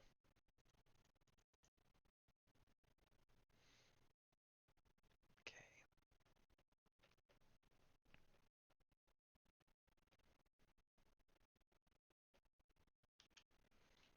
Land. Yes. Cool. I'll play another wall.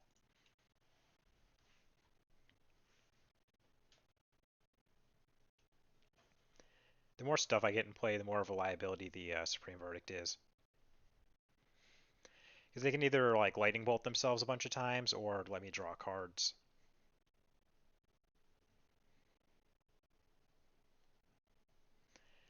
Even if they like blast zones, like same story. I don't want this to become a creatures also a thing that I need to pay attention to. So maybe I don't play more stuff. Hmm. That is annoying. Well, I guess I can, if I make it a creature, flash in a white mane lion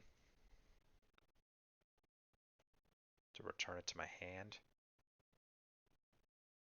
Okay, that's fair. It's also convenient because now I can play things without worrying about it getting.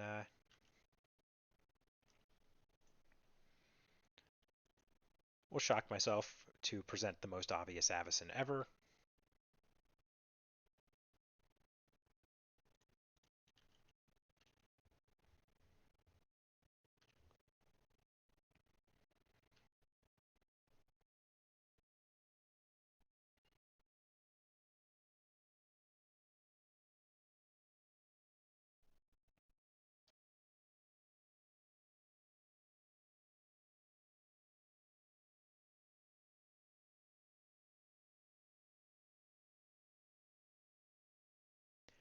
All right. And this is also going to present a bit of a clock, so that's nice. Just swinging for 2 every turn is kind of lame.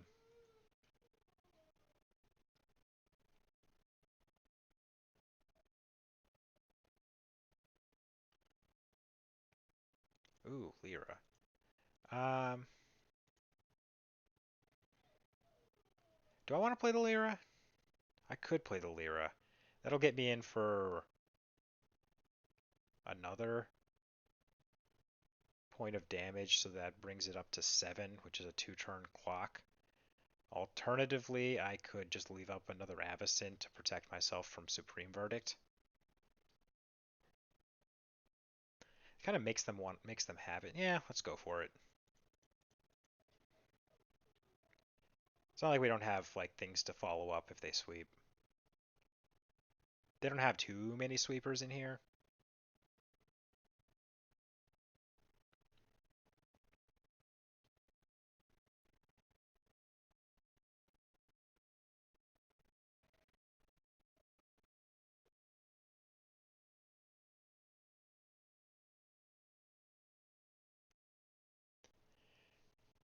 They probably have like 1 or 2 others plus like a Snapcaster Mage to get this back, which would mean they'd have to tap out during their turn.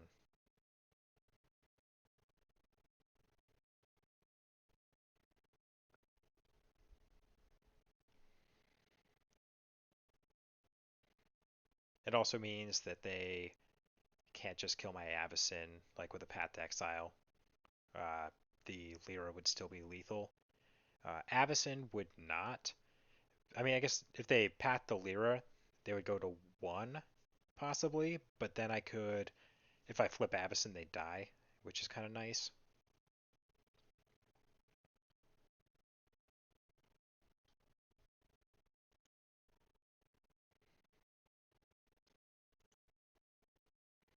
So not really saying anything. They're just kind of sitting there not doing anything.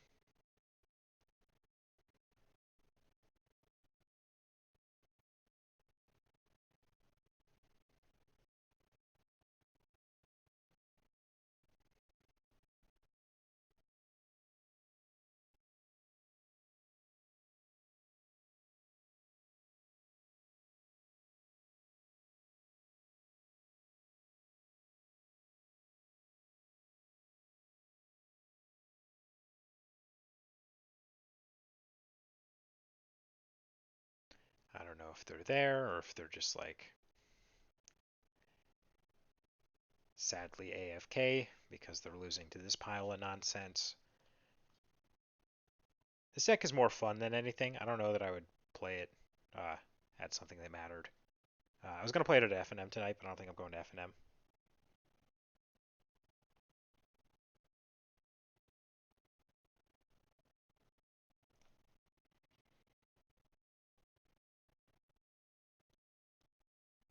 I think even after the Hogak ban, Martyr Proc is still pretty good. Um, it was a good matchup, but it frees up a lot of spots in the sideboard, so you can fix some other matchups. The biggest implication of Hogak being banned is that Tron gets better, and Tron being better is uh, bad for us, obviously.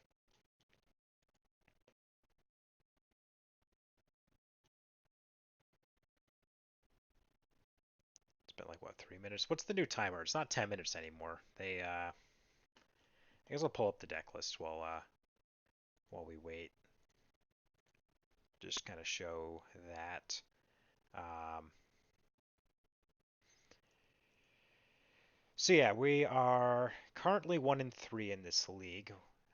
We The point of this deck is to play Oketra's Monument and then play other things that make a bunch of tokens and things that take advantage of that, and also kind of expensive white cards that when you shave one off of what they cost, they're a lot better. Like Gisela for 3 mana is pretty good. Um, Elish Norn for 6 is actually really good, especially when you're making tokens. Oh, cool. Um, all right. Then you have some other like kind of interesting combos. Like if Avacyn flips when you have a Lyra Dawnbringer out, you gain 3 life for every creature that's in play, plus 3 for your opponent dying. Cool. Okay, there's the Snapcaster Mage I was expecting. Kind of figured they would have something like that. Cool.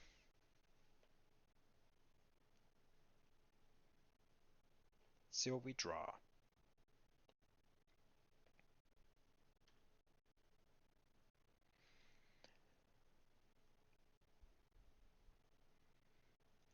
I'm kind of hoping for an Oketra. That would be pretty sweet. They can't really do anything about Oketra, especially if they're tapped out and can't counter it. A Monument would be pretty sweet too.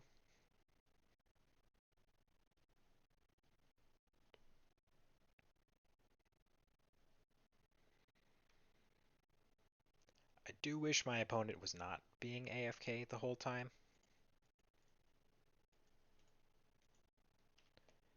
And it's a Thalia's Lancers. Yeah, I'll play that. I'll get a Monument.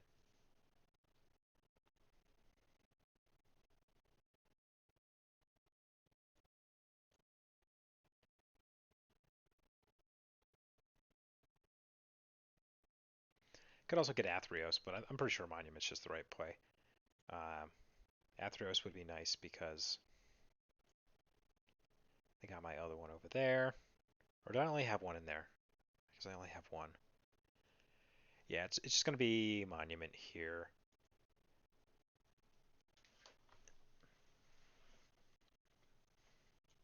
This gets Angels and Humans. So my options are Throbbing Inspector, Archangel Avacyn, Lyra Dawnbringer. If I get to cast this, I will probably go for 5 power. I'll probably go with the Avacyn just because, I don't know. Actually, the trigger doesn't really do anything there. Yeah, I'll just go with Lyra. Kind of depends on what's going on. Just having a 4/4 first strike is pretty reasonable. They can't block it with Colonnade. Well, they can, but it would just eat the Colonnade. This card's kind of weird. It can tutor for a lot of relevant pieces, and it's just the body is kind of big, which is why I'm playing it. A lot of decks have trouble with just like a 4/4 first strike. All right, let's start off by swinging for 4. See if they do anything. Okay, they're pathing it. Go ahead and get a Plains. And from here, I'm going to play a monument, which I feel like they're probably going to counter.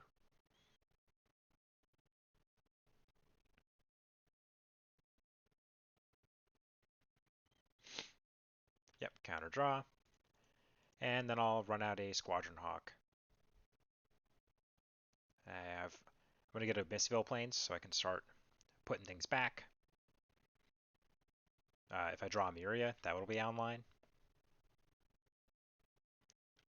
Goodbye, Squadron Hawk. But yeah, next turn I'll just play the Bruna, get back a Lyra.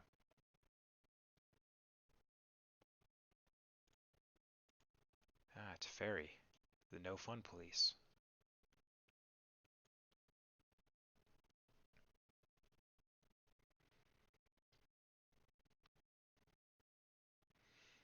Teferi's pretty bad against Bruna. Okay, so they just drew a card, not bouncing anything. That's good because I would prefer them to not bounce one of my threats next turn. Ooh, Gisela. Um, that'll be relevant later. Let's go get the Lyra, I suppose. Because that means that the Bruna is lethal if they crack the fetch. And then after I meld them, they won't be able to do anything.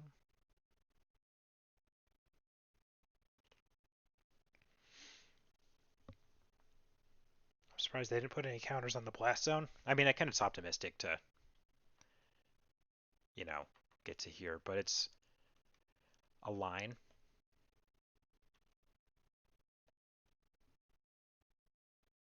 Hmm. So here, I have 7 mana. I can play Gisela and Teysa. Because what's their play here? They're going to probably animate a land and then block one of them.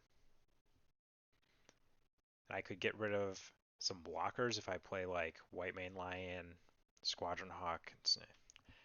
I'd rather them tap a bunch. Yeah, both at you. Force you to do something.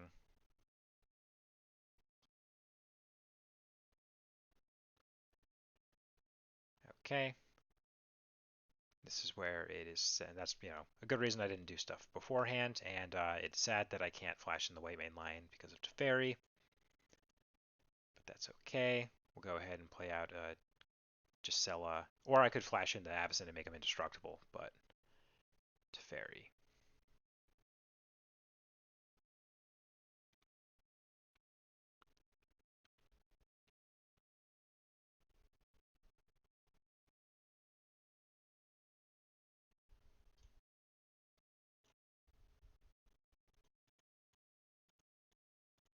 All right.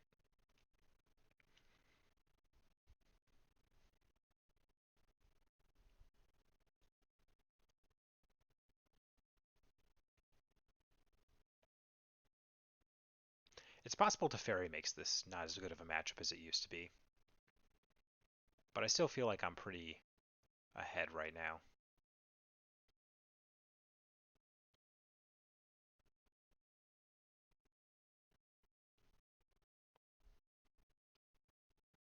How much is this? 3? So 1, 2, 3, and then they have 1, 2, 3, 4, 5. They can still animate here.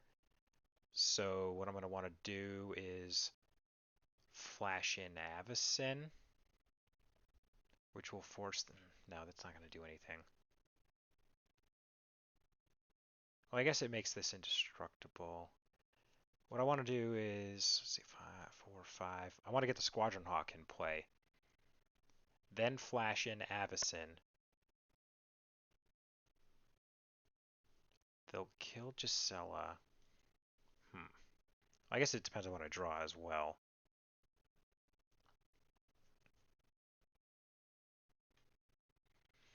Teferi is really annoying. Swamp. Okay. It's probably the worst draw in the deck. But is there a way I can... Probably not.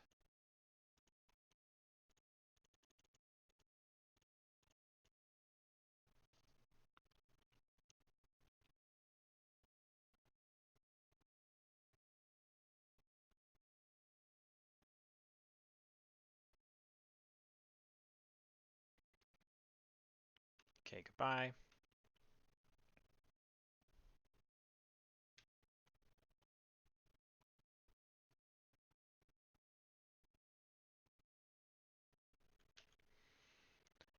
And here I'm going to attack them. They're going to animate. Then I can play.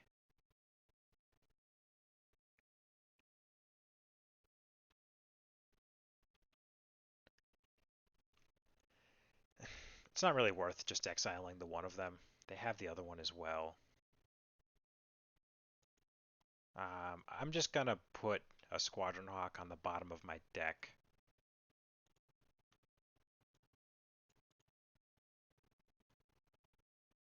So that way I can still I can play this one and still have one in my hand.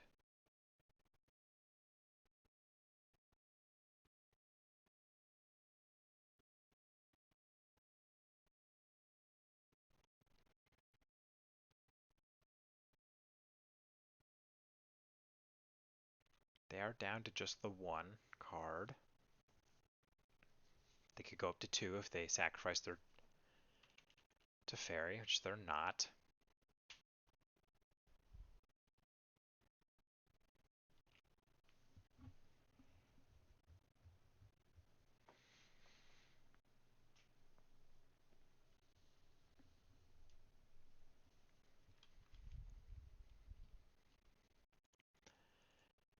All right, let's get some Squadron Hawks back in the deck. I might not even have to play game two. Okay, this is pathed. Yes. I think it was correct to path afterwards, so then I can just maybe draw the Squadron Hawk. But we'll see. Planes. Also not good. So let's play Squadron Hawk. Let's go ahead and put this Squadron Hawk on the bottom.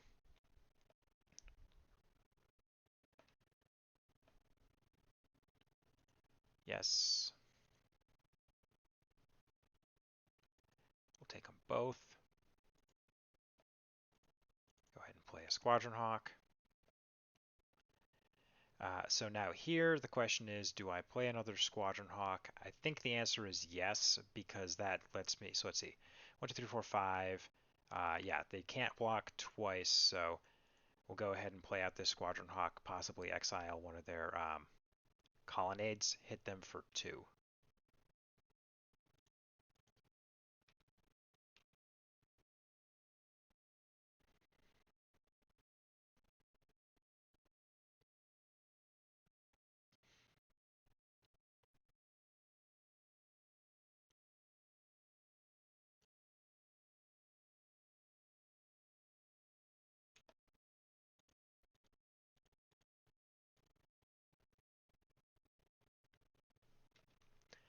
All right. And I think it makes sense for me to play the white main lion here. No, because if I just draw like an Catcher's Monument, that's so good.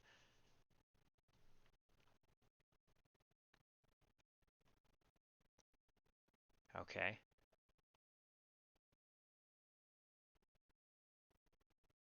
Are they going to downtick to Fairy? Okay.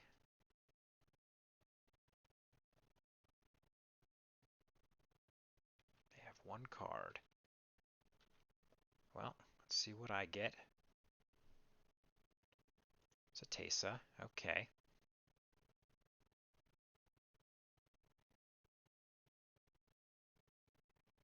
I could play a second Tesa, turn it into a 1/1 Spirit. That doesn't seem very good. Because they have 1, 2, 3, 4. They might have a second flying blocker, so if I turn it into a Spirit, I mean, I guess I could just go white main lion, apply some pressure.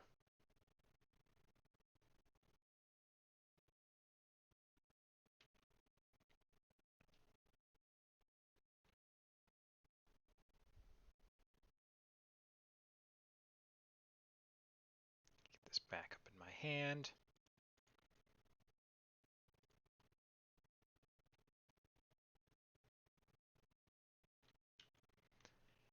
Okay. Now I have two creatures in play.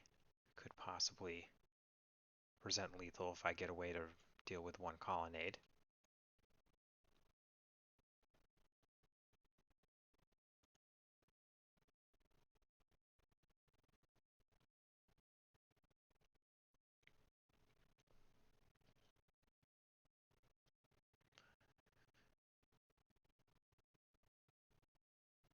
Okay, it's a big Teferi. Gonna draw. Okay.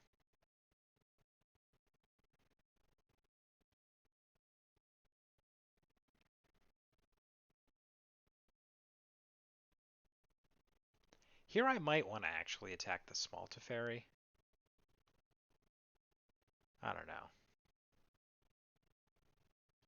Because they're going to untap two lands. They'll have one blocker. They could take out the white main lion, but then they wouldn't have that Teferi anymore.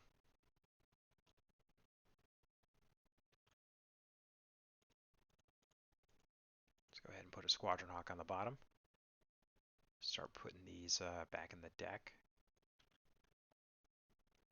Something good. Combo is what I would call something good.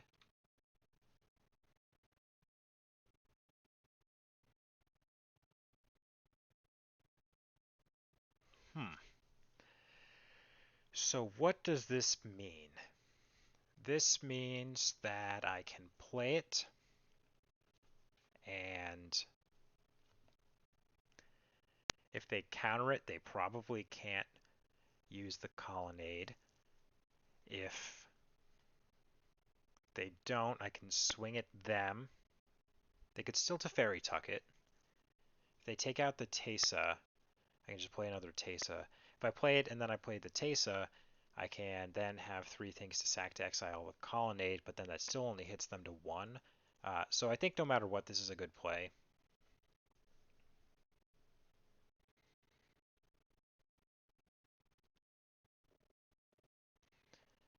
And then the question is, do I play a second Tesa to turn it into a 1/1 and have a blocker?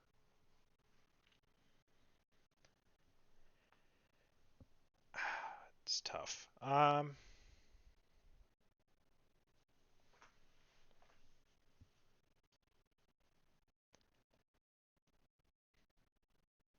Interesting.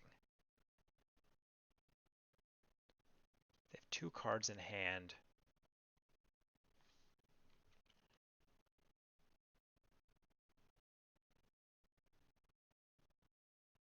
I don't really want to sack the combo.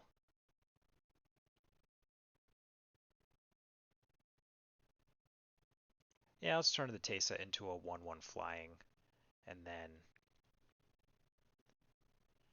I think we pass here, honestly.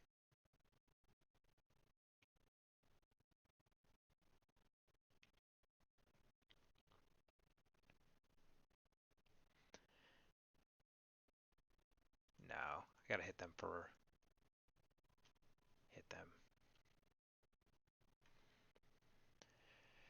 This will stop them from being able to. I'll trade like a guy, but it'll put them at one, which means that next turn they have to downtick this Teferi, because if they don't downtick the Teferi to get the combo out of play, they are not going to be able to play any cards for the rest of the game.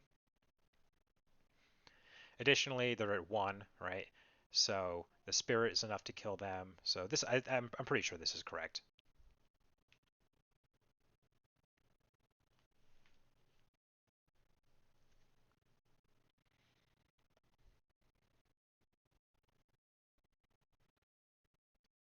Field of Ruin.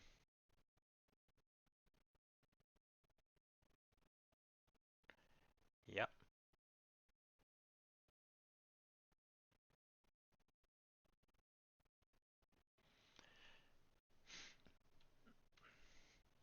So 5 for that one, and then 4 for that one. Narset Parter of Veils. All right. Let's see what it is.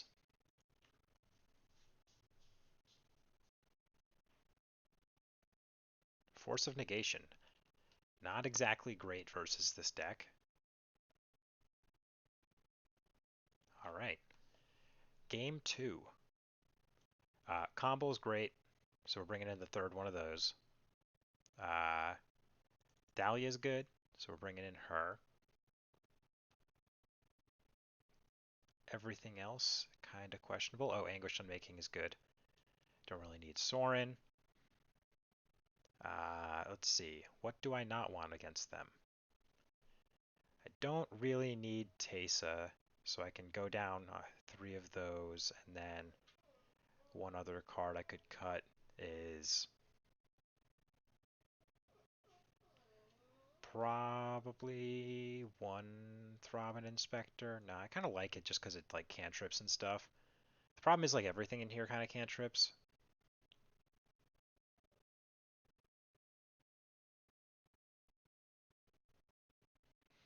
Hellish Norn isn't that good against them, but it is a huge clock. They're probably going to bring in like they bring in like what's it? Timely reinforcements and stuff. Yeah, I'll just cut the Hellish Norn and Monastery Mentor. Yeah, maybe I want to keep that, but whatever. Sand is fine.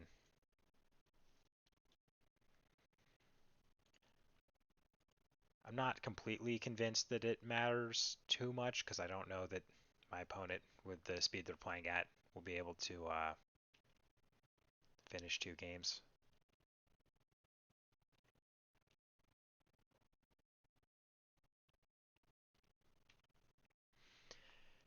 This first one I'm going to get a Misfill Plains. Second one I'll probably get a Shockland or something.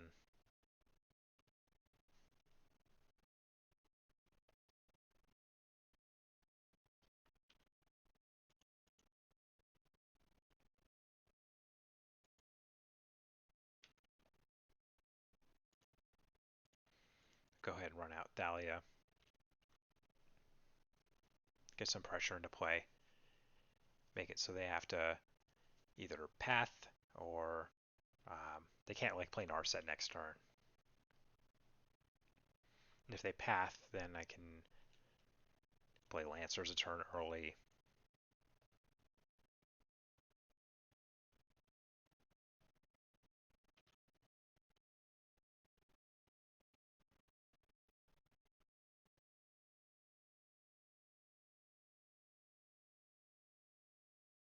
What could be an upkeep play? Oh yeah, okay, so it's going to be Vendilion Click, which is probably going to take Monument, which is obviously very good. I can't play it this turn anyways because of Thalia. It's a little disynergy there, which makes me sad. Yeah, so what I'm going to do is start by swinging. Then I'm going to crack the fetch land and play the Wall of Omens. I want to shuffle the Monument back into my deck before I draw a card. Go ahead and get Godless Shrine tapped. I could have gotten a basic in case I draw a Throbbing Inspector here, but there aren't that many cards in my deck which care about that. Getting a Miri is nice. I have 1, 2, 3, 4, 5, 6, 7 planes, so that will be active when I play it. I might keep it in my hand for a little while, hoping that they like Field of Ruin this.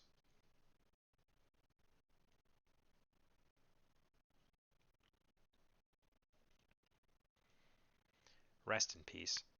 I don't know that I care about Rest in Peace in this deck very much. I guess with that in mind, I'll just play this Emeria and hope that they try to... I'm going to attack the Narset just so that it's, they either have to trade off the Vendilion Click or have 1 fewer activation on it.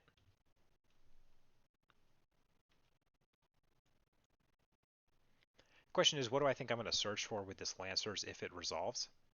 That I'm not so sure about. Probably an Oketra. Seems like a good call.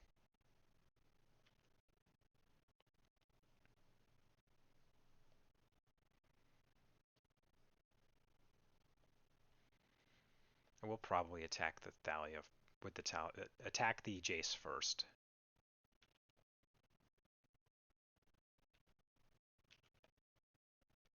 Okay, it's backup Thalia. It's nice.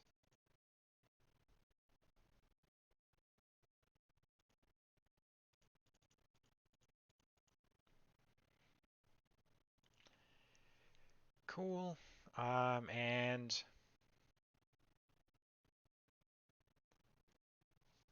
yeah, I could get. Oh, Kesher is probably a good one.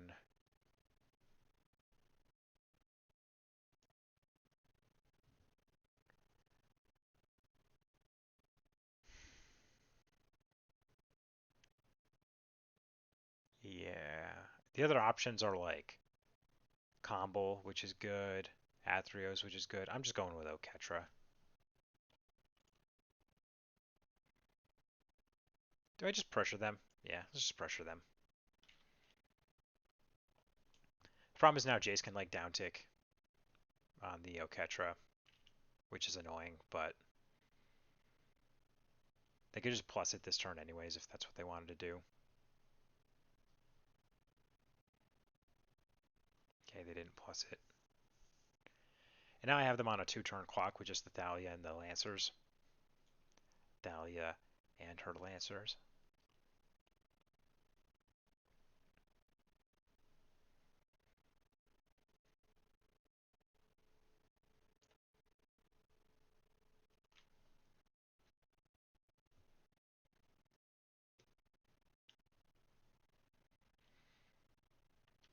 Another option here is to swing for less than 6 and just try to take out the Jace.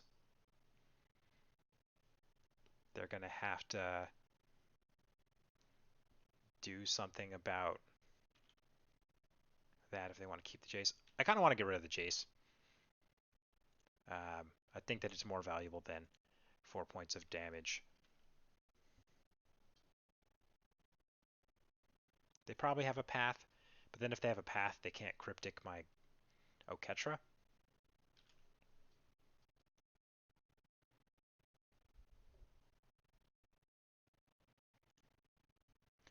They almost assuredly have something for this Oketra.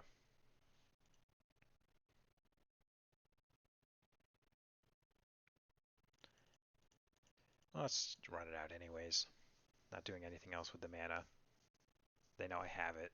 I can't really bait them into not countering it.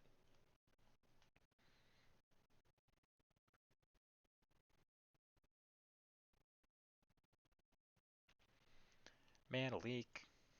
Alright.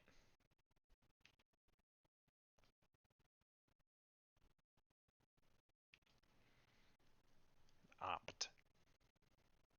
Maybe that's one argument for getting one of the smaller things.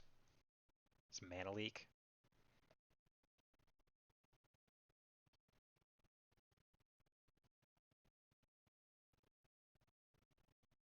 They probably have another opt, but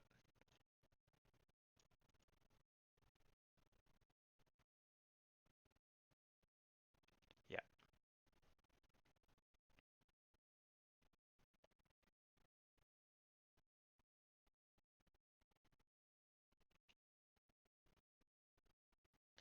Cool.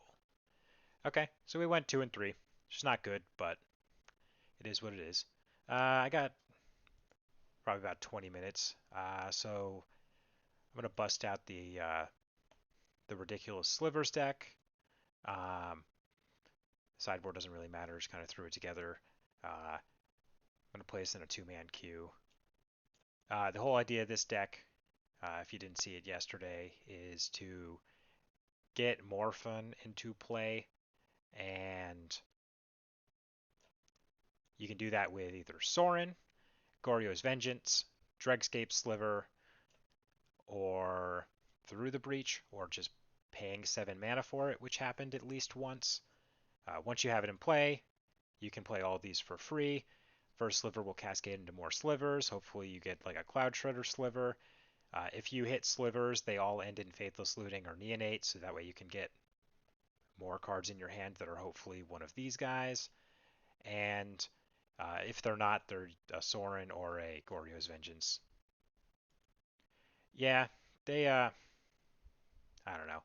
At the GP, I beat Blue White Control with Martyr Proc 2-0. It was getting close to time. It was like round 15 or whatever, but you can close the game out against them. That guy probably had a bad connection or whatever.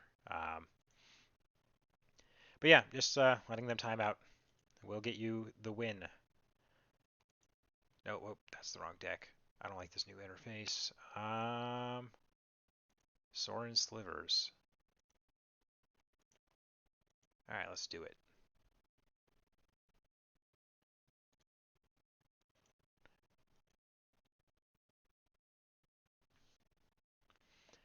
Yep, this hand is pretty good. I need a third land for the Sorin.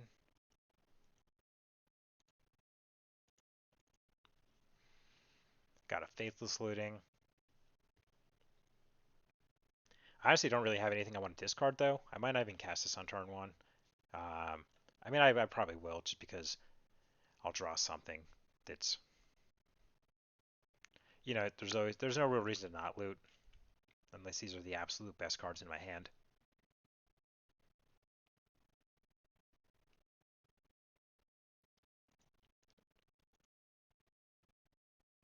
I'd have to fetch Shock. What are they playing? I could conceal some information. Nah, I'm just gonna go for it.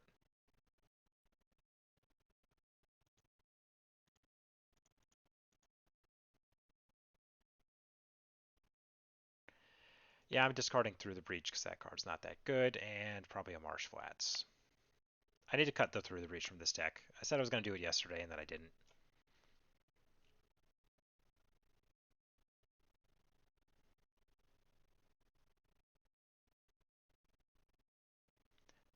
Thing in the ice.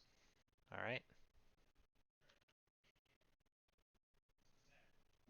So here, I'm just going to play a Marsh Flats. Get a Godless Shrine at the end step. Next turn, just Sorin. Get the Morafon into play and see what these guys bring us. The unfortunate thing about first sliver is it doesn't give your other slivers cascade until it's in play. So the first cascade doesn't necessarily go as far as it would normally otherwise go.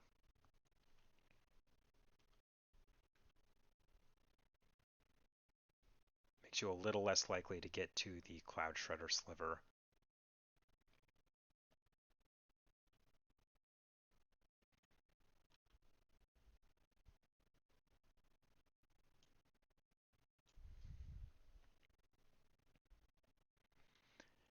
Looks like I'm going to get hit for quite a lot this turn. They probably think I'm playing a Griselbrand deck and want to get the pressure down.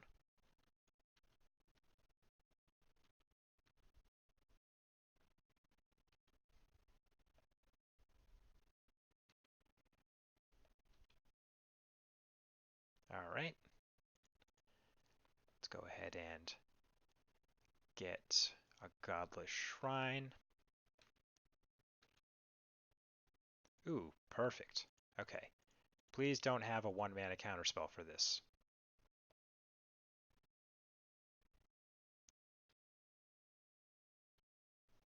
Boo. Okay. Uh, Not looking too good here.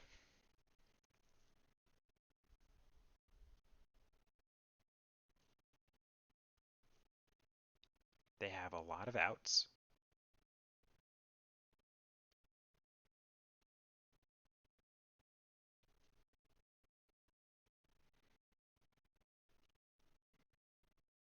I'm looking to top deck another Sorin or like a Faithless Looting into not that. Um, but I can cast this Sliver and Chump Block once. Leave the Bloodstained Mire in my hand, just as a thing to discard to a Faithless Looting.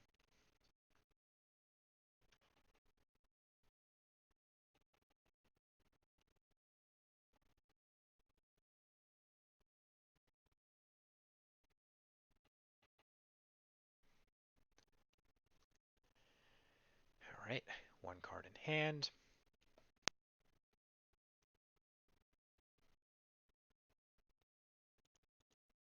All right, get a Sorin or a Faithless Looting. That is neither of those things. Let's flash back this Faithless Looting.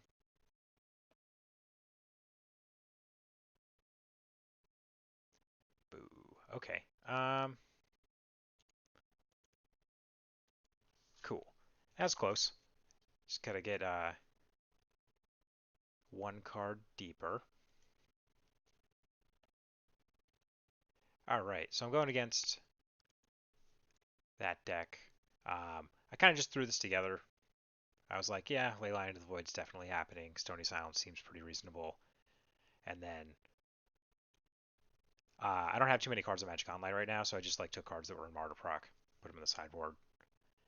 And then I can cut these through the breaches, all of them, and probably bring in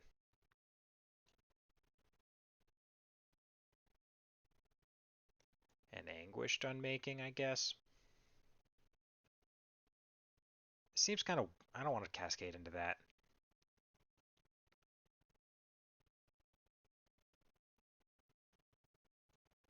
I'll bring in a Despise. Maybe I'll take their thing in the ice or whatever. Yeah, this seems fine.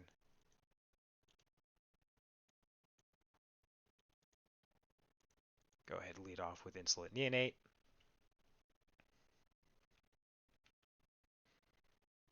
Next turn, I'll probably play Dregscape Sliver, because when it's in play, it gives me another Goryo's Vengeance type effect. I shouldn't F6, because if they like gut shot my Neonate, I want to get a little bit of value off of it.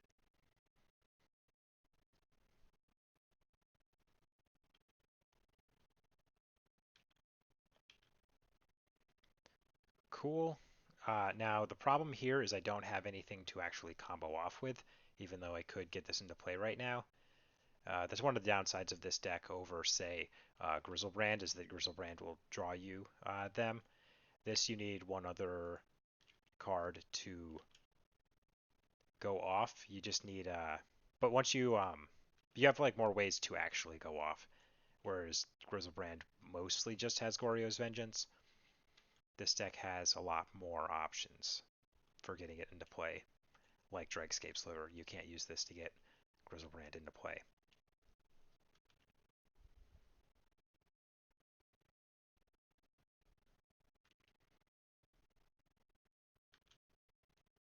My opponent is missing land drops. Okay, go ahead and start with a Faithless Looting. Not bad at all.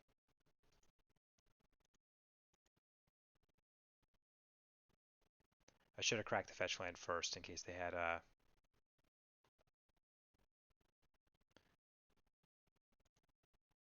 Surgical Extraction.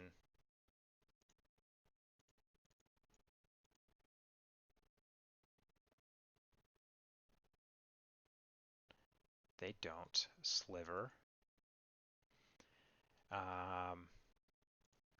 Okay.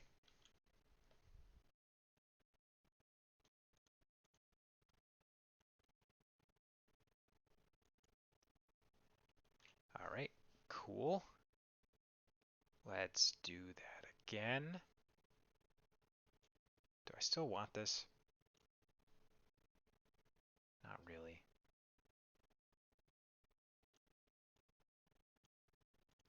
Cool.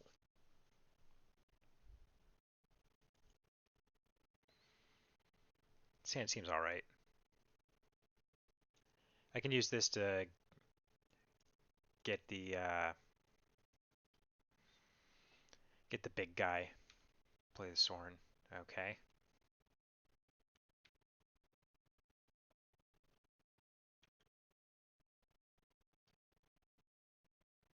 Why me? That doesn't make any sense. I guess they're trying to like surgical extract. They probably have a surgical extraction. Which is kind of good that I'm not going for that win. I'm going to play a fetch land because I'm drawing way too many lands here.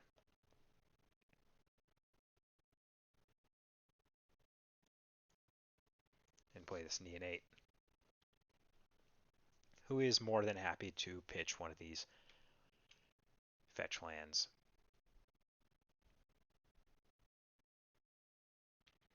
Yep, okay.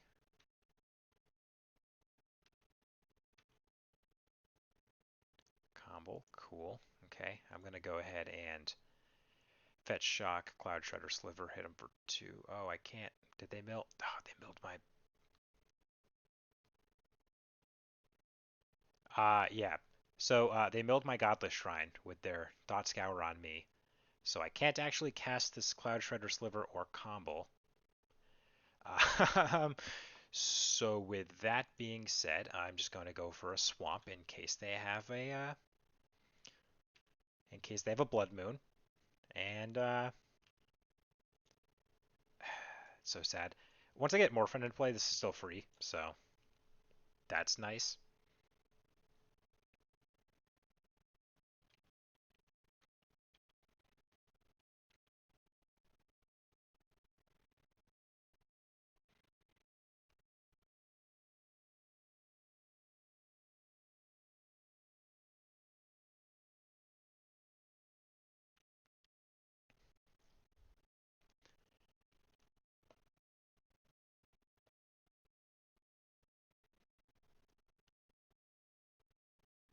I think they thought scoured us because they have a surgical extraction in their hand and they wanted to uh, do a little more damage to me. But I mean, potentially like flip the Morphin and just surgical extraction it right away before I can like Goryo's in response or whatever.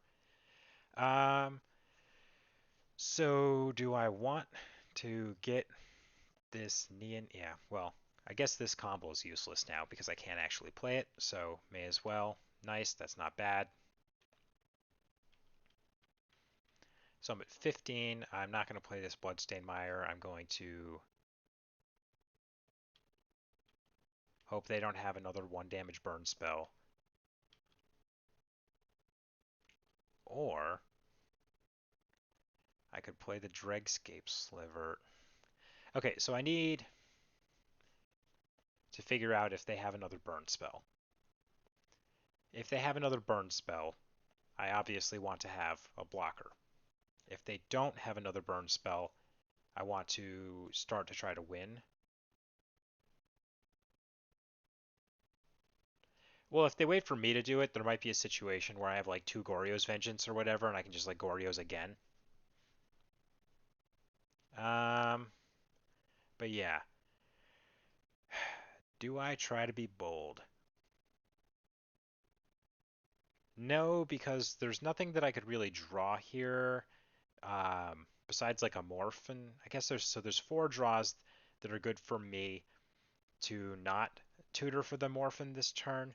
Because if I just play this and chump, I'm in the same situation I was this turn, except that I'm not like if I just except I'm still 2 turns away, right? But they're 1 card deeper to getting another burn spell. So, and I think they have a surgical extraction in their hand, right? So that leaves just 2 cards.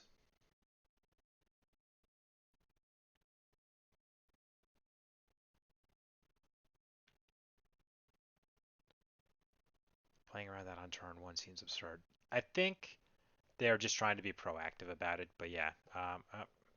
Cool, so even a blocker would not have done it. Let's go ahead and sliver cycle anyways. Confuse them into not attacking.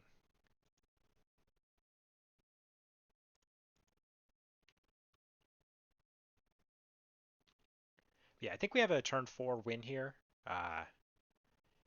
If we don't die here. But yeah, we died. Goodbye tickets. So let's see what we're going to draw. A Faithless Looting. Yep, not bad. But yeah, cool. So the Slivers deck is fun. I got to head out now. But thanks for watching, everyone.